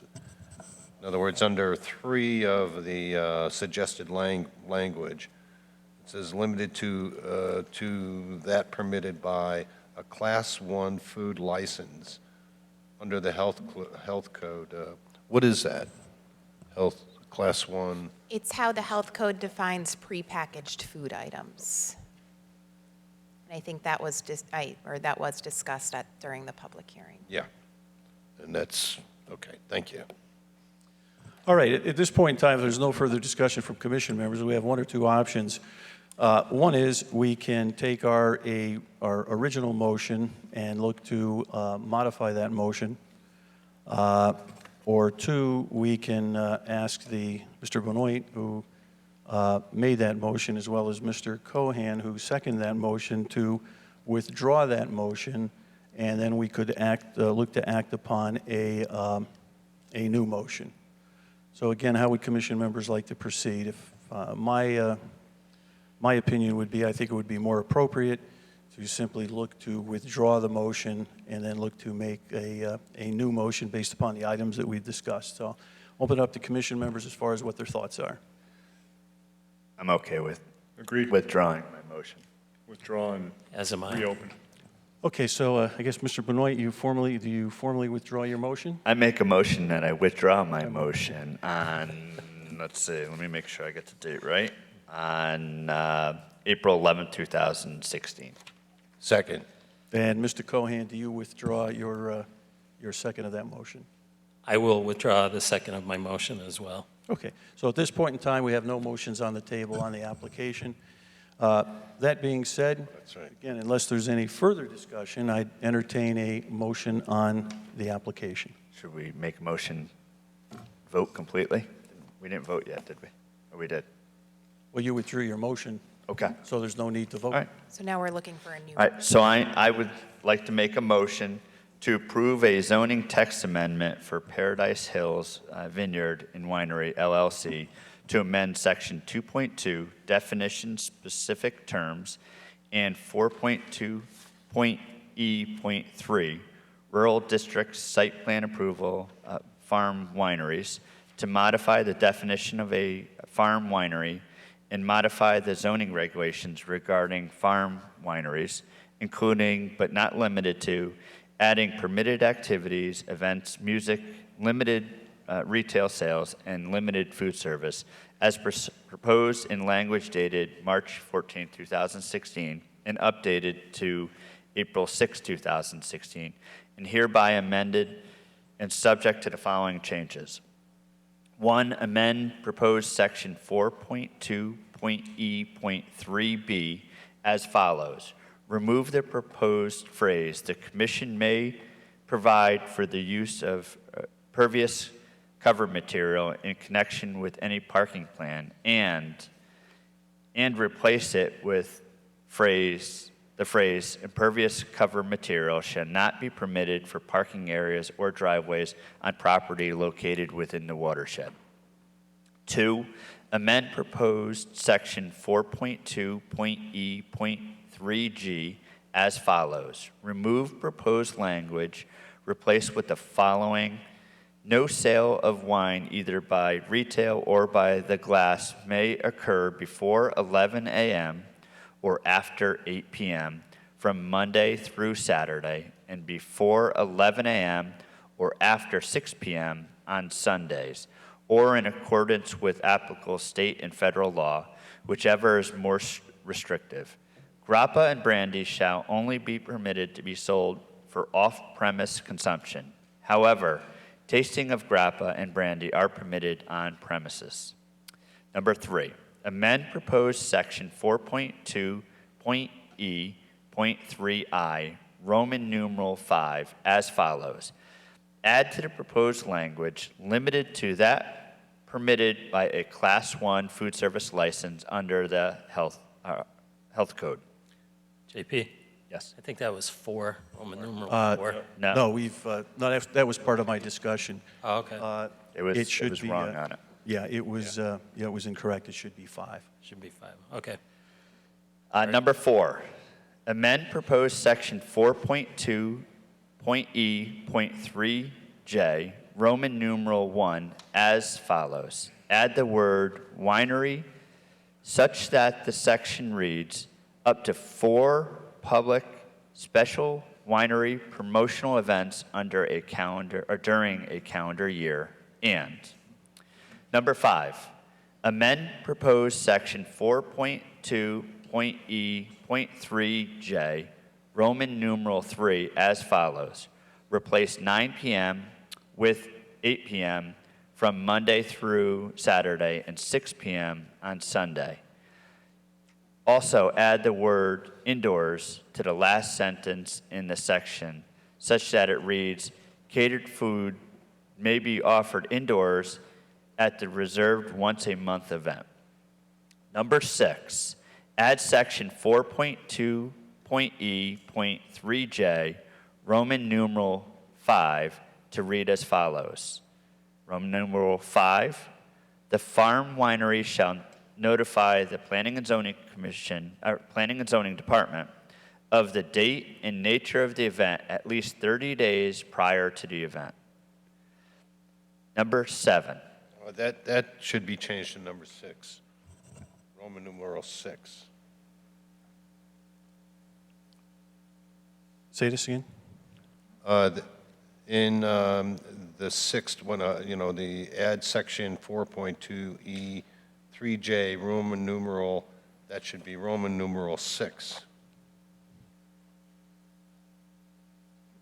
No, there are only 4 Roman numerals under J right now. Yeah, it's in here right now. That's there. So I believe what Mr. Vinoy is reading is correct. Okay. Yeah, if you go by this one right here, it's right there. Where am I now? Number 7. Okay.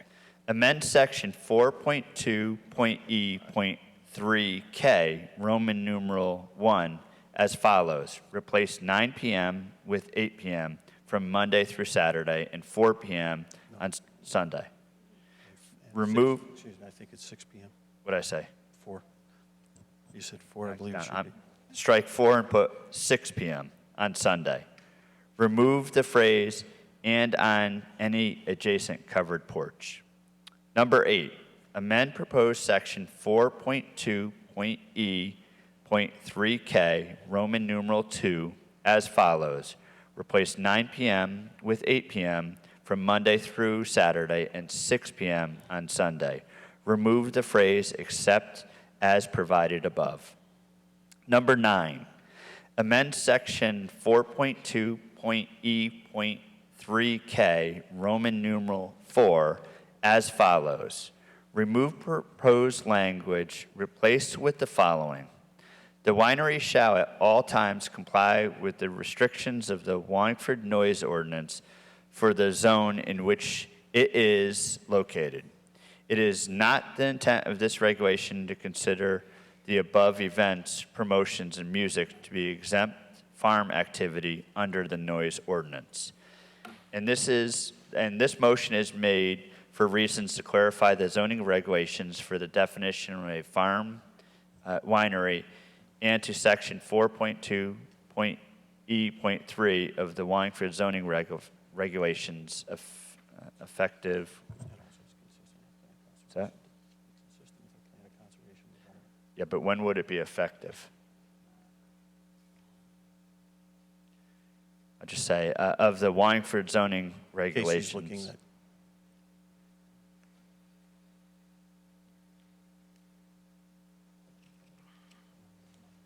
I would recommend that you make it effective Sunday, July 3rd. That would allow for the appeal period to have expired. Okay. Regulations effective Sunday, July 3rd, 2016, which is consistent with the Plan of Conservation and Development. Thank you, Mr. Benoit. We have a motion on the application. Do we have any further discussion? Seeing none, I'd entertain a second on the motion. I'll second. Second by Mr. Cohan, voting beginning with Mr. Cohan. Yes. Yes. Yes. Yes. Yes, application for the change has been approved. Moving on. Thank you very much. Thank you. Moving on. Casey, let's take us to our, we have some discussion items, but I know we have a gentleman here that would, on number 11, elderly housing requirements, Mr. Giuliano, I believe he may be in the audience, if we can jump to that. And Mr. Giuliano, if you could please come forward. And whichever gentleman would like to note all correspondence for the record, I'd appreciate that. That's item number 11A. And again, this is simply a discussion item. Mr. Benoit, just note 11, just for the record. Okay. We have a memo from Chris Giuliano to Casey Costello dated May 18, 2016. We have a proposed amendment to the Wallingford zoning regulations, new section 4.25, elderly housing overlay zone, dated May 2016. We have the minimum parking requirements for, appears to be our regulations. We have a memo from Christopher Giuliano to Casey Costello, dated May 24, 2016. That's it. Thank you, Mr. Benoit. And again, Mr. Giuliano, if you please introduce yourself and kind of lead off with your item you'd like to discuss with us. Thank you. For the record, my name is Christopher Giuliano. I'm a licensed land surveyor and professional engineer. Here with me tonight is Mr. Joseph Ricello, who is basically the applicant for this proposed zoning amendment. We're currently in wetlands with an application, and before we kind of get through that process, which we hope will occur next month, I had approached Casey regarding a zone text amendment. What we're attempting to do is develop 103 North Turnpike Road, which is Main Street in Yalesville, the property just south of Little Italy, if you're all familiar with the area, for basically elderly apartments. Unfortunately, our regulations don't have anything that cover elderly apartments, so I had discussed the notion of this with Ms. Costello, and we determined the best way to approach this was as an 830G application, which you're all familiar with. One of the problems that I have with the 830G regulations and the way we've gone about it doing projects in the past is for every single property we tend to write a site-specific application, which is basically a one and done. My office about 3-4 years ago did an apartment complex under the same regulations on Woodhouse Avenue for a Hearn development. I would have had to have taken that regulation, made modifications, applied it for this site, and then you would have a new, basically 830G apartment regulations specifically for elderly housing for this site. So I approached Casey with the notion of trying to create an overlay zone specifically for elderly housing, basically apartments, that we could use at this site, but then could continue and be used in other locations. Casey seemed very amenable to the idea. The one real suggestion she had is to come to this commission to just talk about some of the broad strokes of it, hopefully to set up a workshop. Her main point of the discussion was, why limit it just to elderly housing? If we did an apartment overlay, it would be more useful going forward. And I and the applicant don't have any problem doing that as long as a subsection is in here for the elderly housing. And the reason for the subsection ties in with the information I provided for parking with regards to elderly housing. Currently, any private development requires us to provide the number of parking spaces per bedroom.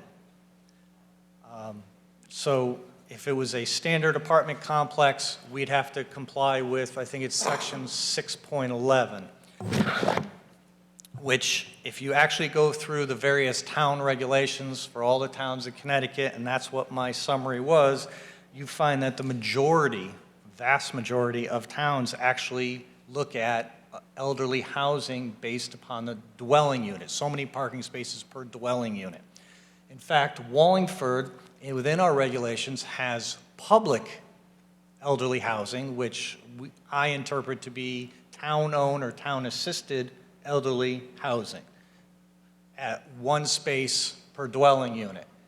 Now, this being private, I didn't feel appropriate just to kind of jump on that and use it, and I've been here for long enough, I would think the commission would want something a little bit more substantive. So we proposed, based upon our research, 1.25 parking spaces per dwelling unit. And statistics show that when you age restrict a project of 62 and over, you get a very broad mix. Some people may have 2 cars, some people may have 1, some people may not drive at all. I've represented a couple of elderly housing projects throughout Connecticut, and their statistics actually find the number to be more closer to the 0.75 parking spaces per dwelling unit. Trying to be a little bit conservative.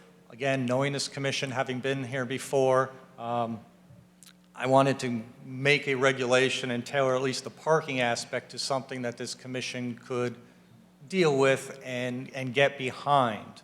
And then with respect to the other parts of the regulation itself, although an overlay zone may appear at first to open up large areas of the town for this kind of development, I've built in a number of safeguards, which I hope Casey will affirm that I've gone and taken the steps to actually limit where this type of application can be used. For instance, one of our first development standards is that this application can only be used on thoroughfares as defined by your regulations. Now, thoroughfares are your major roads like Route 150, Route 68, Route 5. There are a few others throughout town. I've also upped the minimum parcel size to 2 times an underlying zone. So we already have limited to what properties could be developed in this manner. Additional safeguards have to deal with setbacks, especially for protection if this were to be able to be used in a residential area. I'm looking for setbacks 1.5 times what the underlying zone is.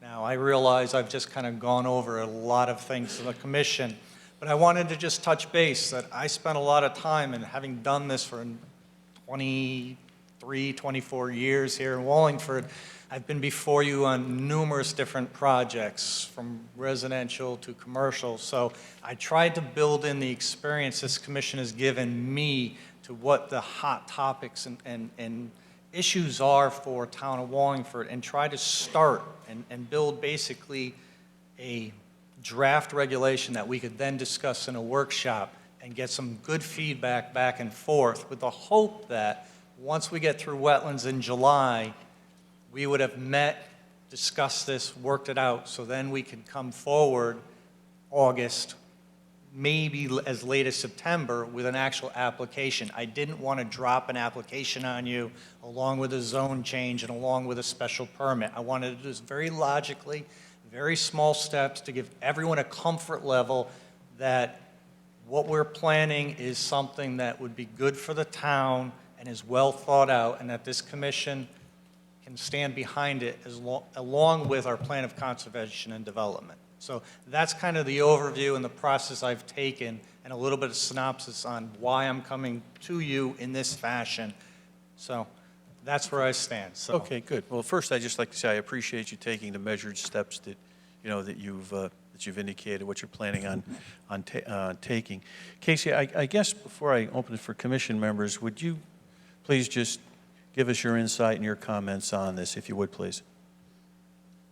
Sure. I think for anyone who's not aware, as a refresher, Connecticut State Statute 830G allows for developments that are sort of outside the scope of your general zoning regulations, provided they have a 1/3 affordability component, until the municipality has an affordable housing component of 10%, which we do not have. So in an attempt to make that workable in Wallingford, this commission has worked with several developers over the years in developing regulations that include the affordability component and allow for sort of higher density developments than would normally be allowed in the zoning area, but also with some lot and bulk requirements and other types of restrictions that the commission might be comfortable with. So it's sort of a meeting in the middle, so to speak. In some communities, there have been some very drawn-out legal battles over some of these, and I think this is a positive way that Wallingford has addressed this issue and promoted some positive, beneficial, affordable housing developments in town, which is by having some regulations in place that the commission can be comfortable with, but that also then encourage this type of affordable housing. That's how Old Oak Village was done. As Mr. Giuliano alluded to, you approved one on Woodhouse Avenue recently. There are, I believe, 2 or 3 others in town. And each time, as Mr. Giuliano also said, we've developed a slightly different version of that regulation. So I definitely think it would be beneficial to develop a regulation that can be used by a party interested in developing an affordable housing unit, and that would be applicable to different appropriate areas as opposed to sort of being tailored towards one particular location. Good, okay.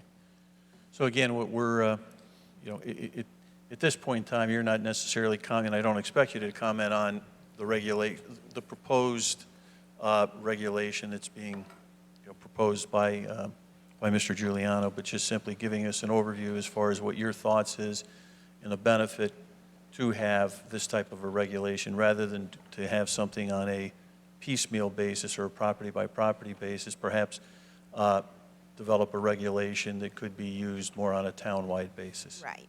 Okay. Commission members with just some comments on this. Yes, Mrs. Morgenstein. I'll just thank you for, here we are with our plan of conservation and development and our transit-oriented development, and say that this sort of initiative is really appreciated because we want this sort of development, making affordable housing available. So this is specifically rental, not purchase. Correct. And I see there's a portion here with handicapped, so you could conceivably have a unit within this where no one is above 50 or 62 based on being mobility impaired or some sort of definition that falls within. Yep, that's correct, and I did some research on that, and for ADA requirements and state statutes, when you start doing that, you have to allow that to occur. So we're trying to be compliant both on the local level, state and federal. So that's why that occurs, and I don't think it's necessarily such a bad thing. Oh, no, I think it's fabulous. I think that having the town realize that there are people that need affordable housing and there are people with special needs, and making that happen is really wonderful.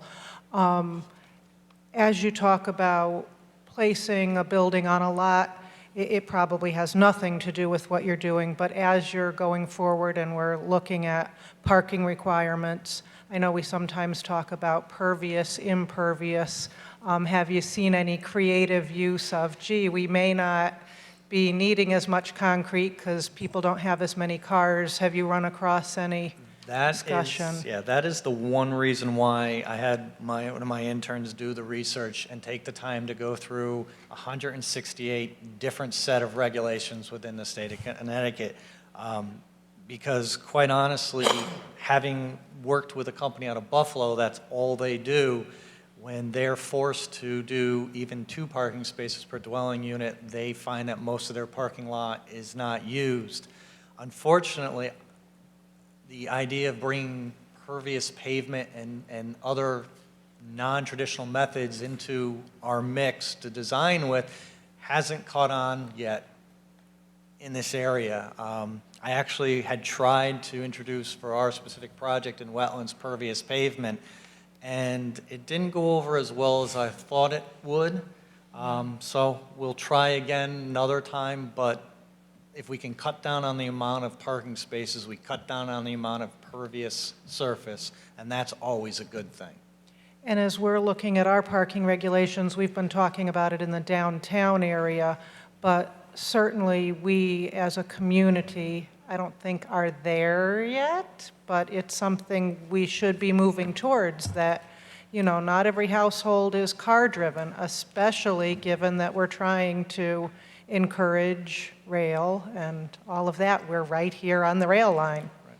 And one thing to note, that the reason why I've written in thoroughfares as where these are allowed is because that's where we have our existing bus routes too. Mhm. So that's another form of transportation that's kind of underutilized. So by allowing these type of developments along our thoroughfares, we already have public transportation in place.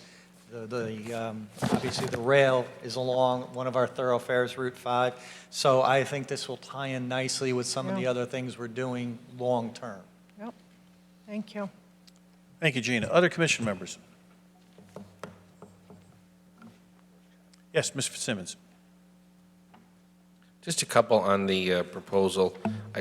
If I read it correctly, who would administer the affordability piece? That ends up being tied in with, it ends up being either an attorney's office, the Wallingford Housing Authority, I think, is one of the other entities. Those were the 2 we had discussed. And that would be actually in the final regulation to specify which of those 2 entities would be allowed. But when I discussed it with Casey, that was one of the things she did want to see in the final regulation. I am still doing some research on how to get the language in, because it was not in the regulation for the apartments that we had just gotten done. So I have to dig up some language that would be appropriate, and I'll talk with the town attorney on that as well, so that we have something that will work. But those would be either an attorney's office or the Wallingford Housing Authority would be responsible for it. And if I read your draft correctly, occupants must be at least 62 years old if it's multiple, and all other residents must be 50 years old. So a 62-year-old resident couldn't have their grandchild living with them. That is correct, specifically written that way, but if you were 62 years older and had a younger husband or younger wife, that would be fine. That's not a problem, but no, this... Up to 50. Yes, yes. 50 years young Sure, or older, sure. but no grandkids, no Right, children. okay. And then the only other, it's a general comment, and you definitely have done your homework, or the intern has begun to do their homework. I would certainly agree with the comments about the parking. Specifically downtown, I definitely think we need to adjust the parking. For residential elderly housing, I can't really tell you I'm not there. But I'm looking at the research that was done, and I think primarily because I think of the existing elderly housing that I'm familiar with, the issue for me is something we talk about in other is the enormous growth in Connecticut nationwide with people who have handicap parking spaces. So when you have a handicap space, my understanding is it takes up more than a regular space. So if this is strictly for elderly, I would imagine the need would be greater for handicap spaces versus regular. Just a comment, because the research doesn't reflect the need for handicap spaces, you know, and we on a big application, it's how many spots do you have for the handicap? If it's strictly elderly, you know, and it's congregate housing versus individual, that's something I think should be addressed. So I probably can come down on the, based upon the research that was done, but it seemed to not address handicap spaces based upon the usage. So just feedback for you for next time. I appreciate the feedback. And as you're well aware, our handicap regulations all go back to ADA. Yep. So that's what our guidelines. But knowing that, we already have a site plan that's in front of wetlands. I think based upon the number of parking spaces, we're supposed to have 3. I think we have like 5 or 6. So I'm well aware of that. We're taking that into account. And if the commission were so inclined to say, nope, 1 space per dwelling unit, we could then take the extra space and make more handicaps. Again, this is all on the table, all for discussion, but I do appreciate the comment. Thank you. Other commission members? Mr. Benoit. I guess when we talk about handicap parking, I'm actually a little bit different, only because handicap parking takes more parking spaces away, which ultimately means farther distances to their homes. And that is a struggle when you look at elderly housing. It's actually the opposite of what you would think with regards to handicap parking. So I think a workshop on this would be, I think, a very spirited discussion, but I think it's a good thing for us to have. Okay. Good. Anyone else? I think that you've kind of got some good feedback from, commission members, and certainly there is a great deal of interest in this. And as you mentioned, you felt it would be beneficial to schedule a workshop on this, which comes to workshop scheduling. Casey, let's. I know you sent out your I don't know, scheduling monkey or whatever the heck that's called, and we survey monkey, whatever it might be. The doodle poll. Then the monkey come to you, knocked on my door. Anyway, I know did we have responses for everyone for our June workshop on the parking? Because I think that's the first thing that we indicated several months ago that we wanted to address. No, we do not have responses from everyone. Okay. So hopefully within the next 2 days, if people could please respond to that request. Yes. And then the next thing would be, I guess, to talk about an appropriate time to look to schedule a workshop on this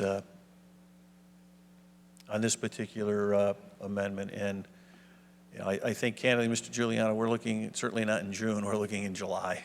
Yeah. I understand.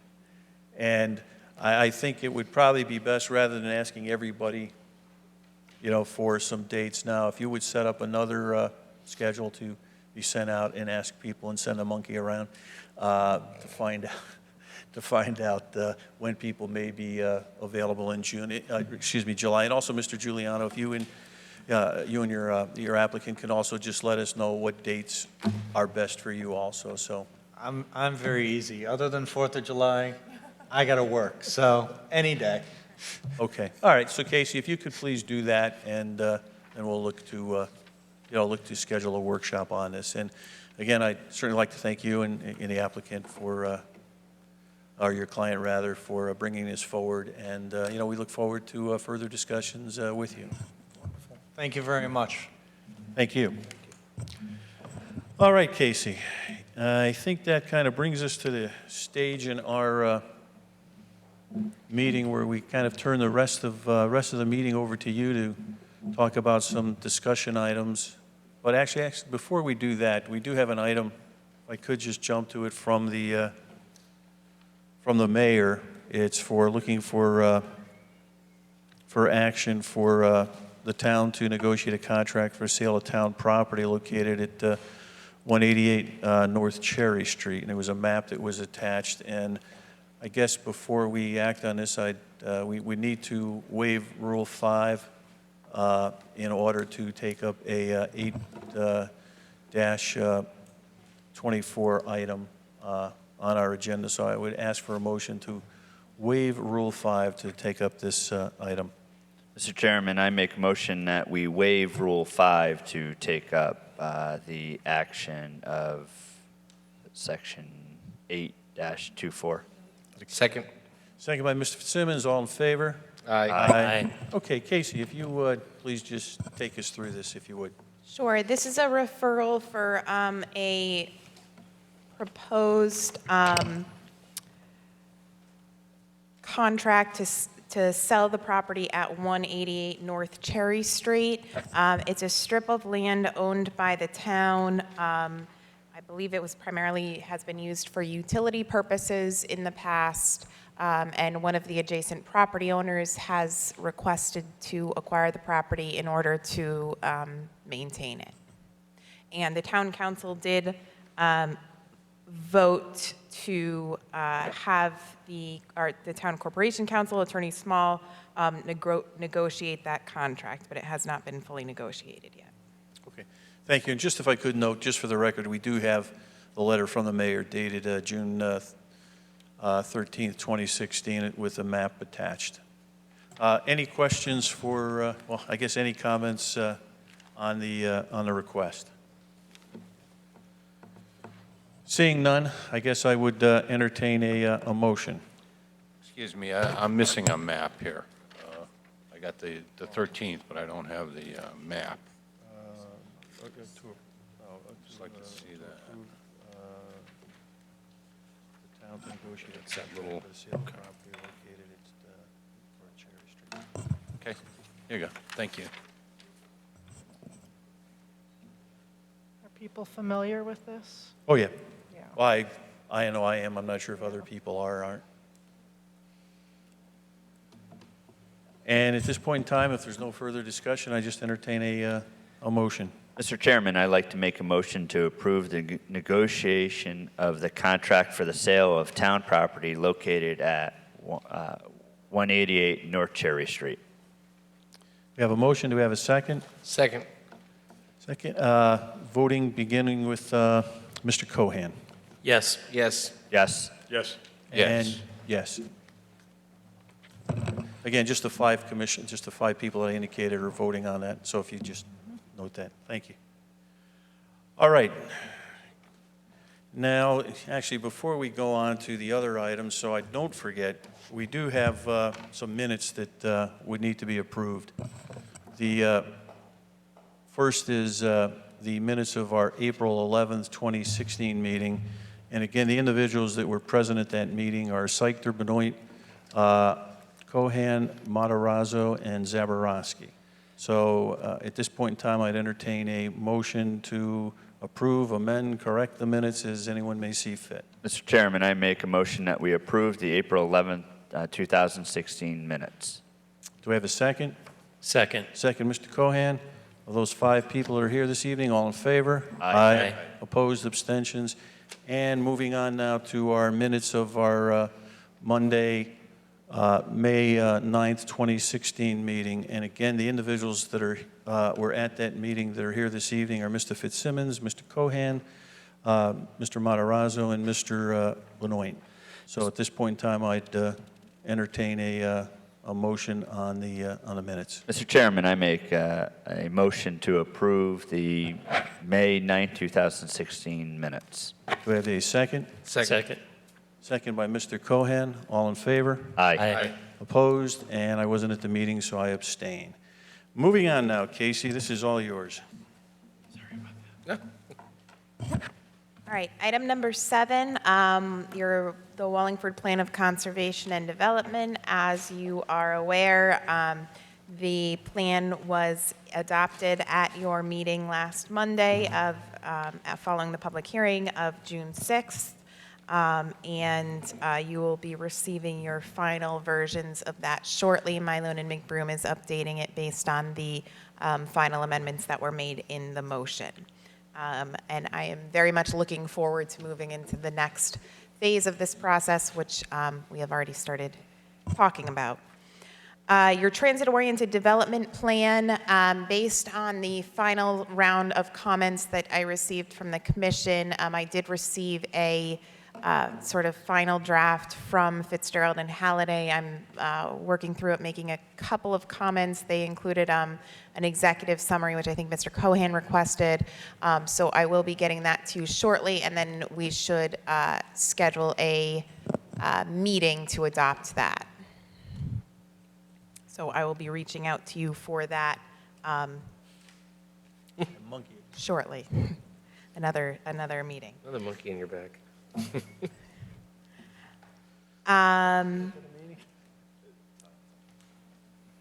Items number 10 and 12 are both requests for workshop discussions. Item number 10, was on your, or was originally discussed at your April meeting, and the commission had determined that you would potentially schedule a workshop for discussion around July. Item number 12 is a new request for a workshop discussion to consider the addition of recreational use in the IX zone. So you have several workshops coming up. Do you want, what's your fancy in terms of scheduling these? I guess at least my opinion, I'll leave it up to other commission members. You know, we have, I don't mean to make light of some of these, some of these requests as far as beekeeping, because certainly that's an interest that people have, as well as, other uses in the IX zone. But we have our transit-oriented district. We're going to have, to discuss that. We have our parking. We just talked about the elderly house, the elderly apartments. And I think to some degree we need to prioritize, and I don't think it's worked out very well, and other people can agree or disagree with me, in the past where we've had workshops where we've had multiple items on the workshop, because I think invariably what happens is the first item gets a substantial amount of attention, as it should. When we get to the second item, I think people start to get candidly a little bit tired, and it may not get the full. So I would like to stick more with what we talked about as far as scheduling. We talked about the transit-oriented district, to look at that in that. We've talked about the elderly, the housing apartments. We've talked about the workshop for parking. Right now, I think with any of these, unless people disagree with me, I think we're probably not looking until August or something for these, unless people think, differently. Because I think we have numerous things that are of perhaps a little higher priority, and I think we need to deal with those and give those, fair consideration before we start holding additional workshops. So I'd open that up to commission members. Absolutely agree. I think we do have a couple of top priorities, parking. I would agree, Mr. Chairman. I mean, specifically, and again, because it just seems to have a bunch all of a sudden, and they're all equally important to the people who requested it. Thinking about how long it took from violation to discussion to, you folks took action on the farm wineries. It's a long process sometimes to change the regs. I would say, here in Wallingford, school ends Friday. I would say let's put this on the agenda for September, schedule the workshop, because Casey is still down staff. I think doing, finishing our things is definitely for the greater good of the whole town. But I wouldn't put them on. I mean, I would just say, maybe we could set a date in July for September that way. And I don't disagree with you. It is hard when you bunch them up, but I think, I would agree with you. Our things for the whole town are more pressing, and they're more in process. Yeah, I would think, based on Mr. Fitzsimmons' comments and my prior comments, I think probably the most appropriate action would be to get back to these individuals. If you would apprise them as far as our discussion, and quite frankly indicate to them that in all likelihood the earliest that we would be able to hold a workshop on either one or both of these items would be in September. I think that would be fair. Very fair. I would definitely agree with that. They're all important, but as you said, having one or even two in one workshop is quite a bit. Okay. All right, Casey. Hopefully that gives you some good direction. Yep, thank you.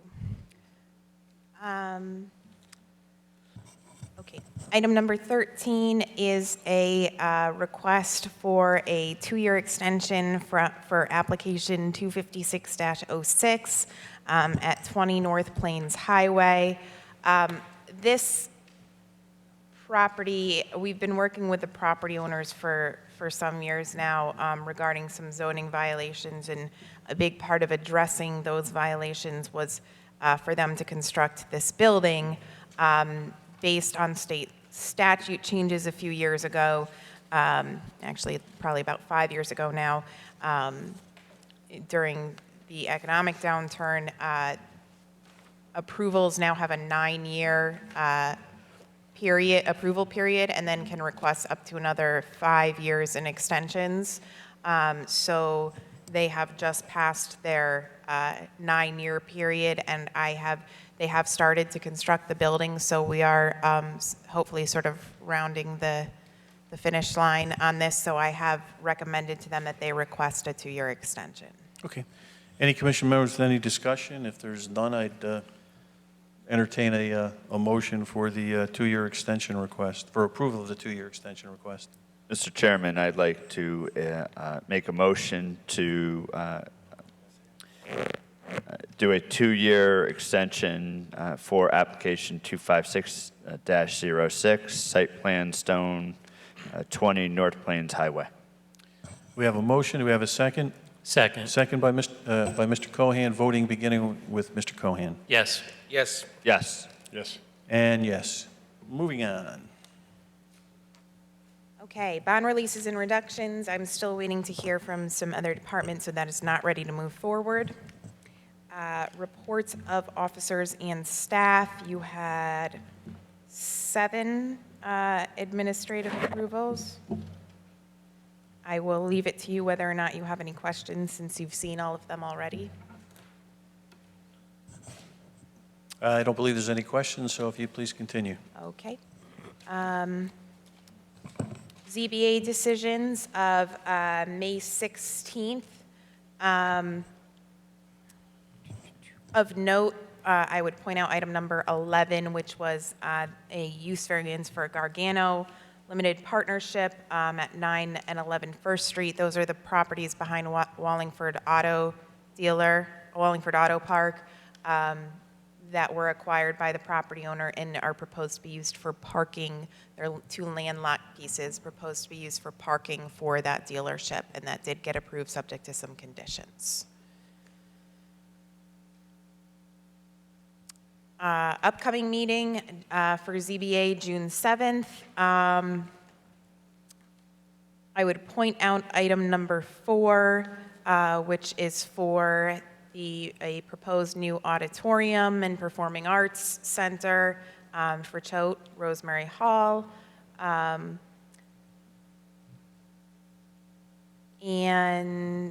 yeah, I think that would be the one that I would point out on there, unless anyone has any other questions. Anyone have any questions? Seeing none, moving on. Okay, finally, our zoning violations. As you're aware, we now have a zoning enforcement officer on board, and I don't believe it was provided to you this month, but I do have a fairly extensive list now. I've been working through some of them, and she's been working very diligently to close out some existing zoning violations. So we do have about 15 violations that'll be closed out for your next meeting. So that's good news. If you have any additional questions, I'm happy to answer them. Ms. Fitzsimmons. We have 18A, is that what you're talking about? Or 18A says current zoning complaints closed. Yes. The number 4, 5, and 7. Those are all playscape sheds in the OSPRD. They all were closed on the same day. How were they closed? I talked to the law department about to get a status update on those cases, and those were ones that we did not win. Right. So So the it's off the log. The playscapes were determined to be legal, so they're no longer zoning violations. Gotcha. Yep, thanks. Yes, Mrs. Morgan. Can I just ask Casey, and maybe you can just email me this list, there seems to be headers missing of, Is it on the it looks open? like, so it looks like I have a year, and then there's a number, and then there's the address. I'm just not quite understanding how your list works. Since Okay. It's the first time I'm seeing it.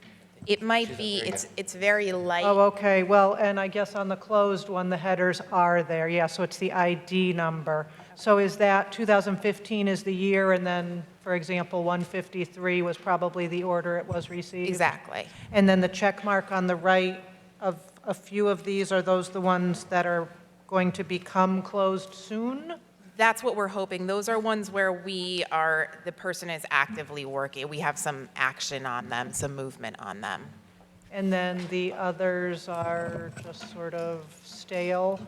Either that, or sometimes we've sent out a violation notice, but we haven't heard from them yet. Some of them have been sitting for a long time, and we're working back through those. 2009? Yes, Yeah. that's not, yes, there are older ones than that.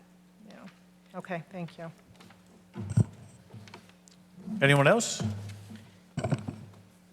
Cohen. Well, I just have a couple of items I'd like to bring up if it's time now. Sure. And these go back to the administrative approvals. And I don't have one of them in front of me, but it came to us recently where, a gas supply company is going to be installing a very large oxygen tank. And, I went back and forth on this one. I asked my wife about it because, she works in the medical field, and there's, certain precautions that, hospitals have to take to, protect these large tanks. So I went back and forth, and, I'm still kind of on the fence with this one. It's a gas company. They know what they're doing. I looked at, the design. It really didn't seem like they had a, protective barrier around it, because if, somebody hit that, it's not going to explode, but, so I just kind of wanted to bring that up as something I really, thought about really hard, because it seemed like a potential thing that, we may need to, address in the future. And I would tend to agree with you. We don't have, this has come up, with that situation it was oxygen, but this has come up with some above-ground fuel storage tanks in industrial zones lately also. And the zoning regulations don't speak very much on those topics. Right. The good news is largely they're regulated by the fire code with the fire marshal's office, but that may be something that you'd want to consider, because I did look for that too, and we just didn't have a lot that speaks on it or regulates it. Right. And then the last one is, this one we just got the other day for the weather station tower. And I'd like to request that we put that on the agenda. I think, 36-foot tower in, kind of a rural area, I think, we need to put it on the agenda and let folks comment on it. Sure. Casey, if you'd please include that on the agenda. Absolutely. Anyone else before I entertain a motion to adjourn? Seeing none, I'd entertain a motion, or hearing none, rather, I'd entertain a motion to adjourn. Mr. Chairman, I make a motion we adjourn. I have a second? Second. Second, Mr. Cohan, all in favor? Aye. Opposed, abstentions, we're adjourned. Have a good evening.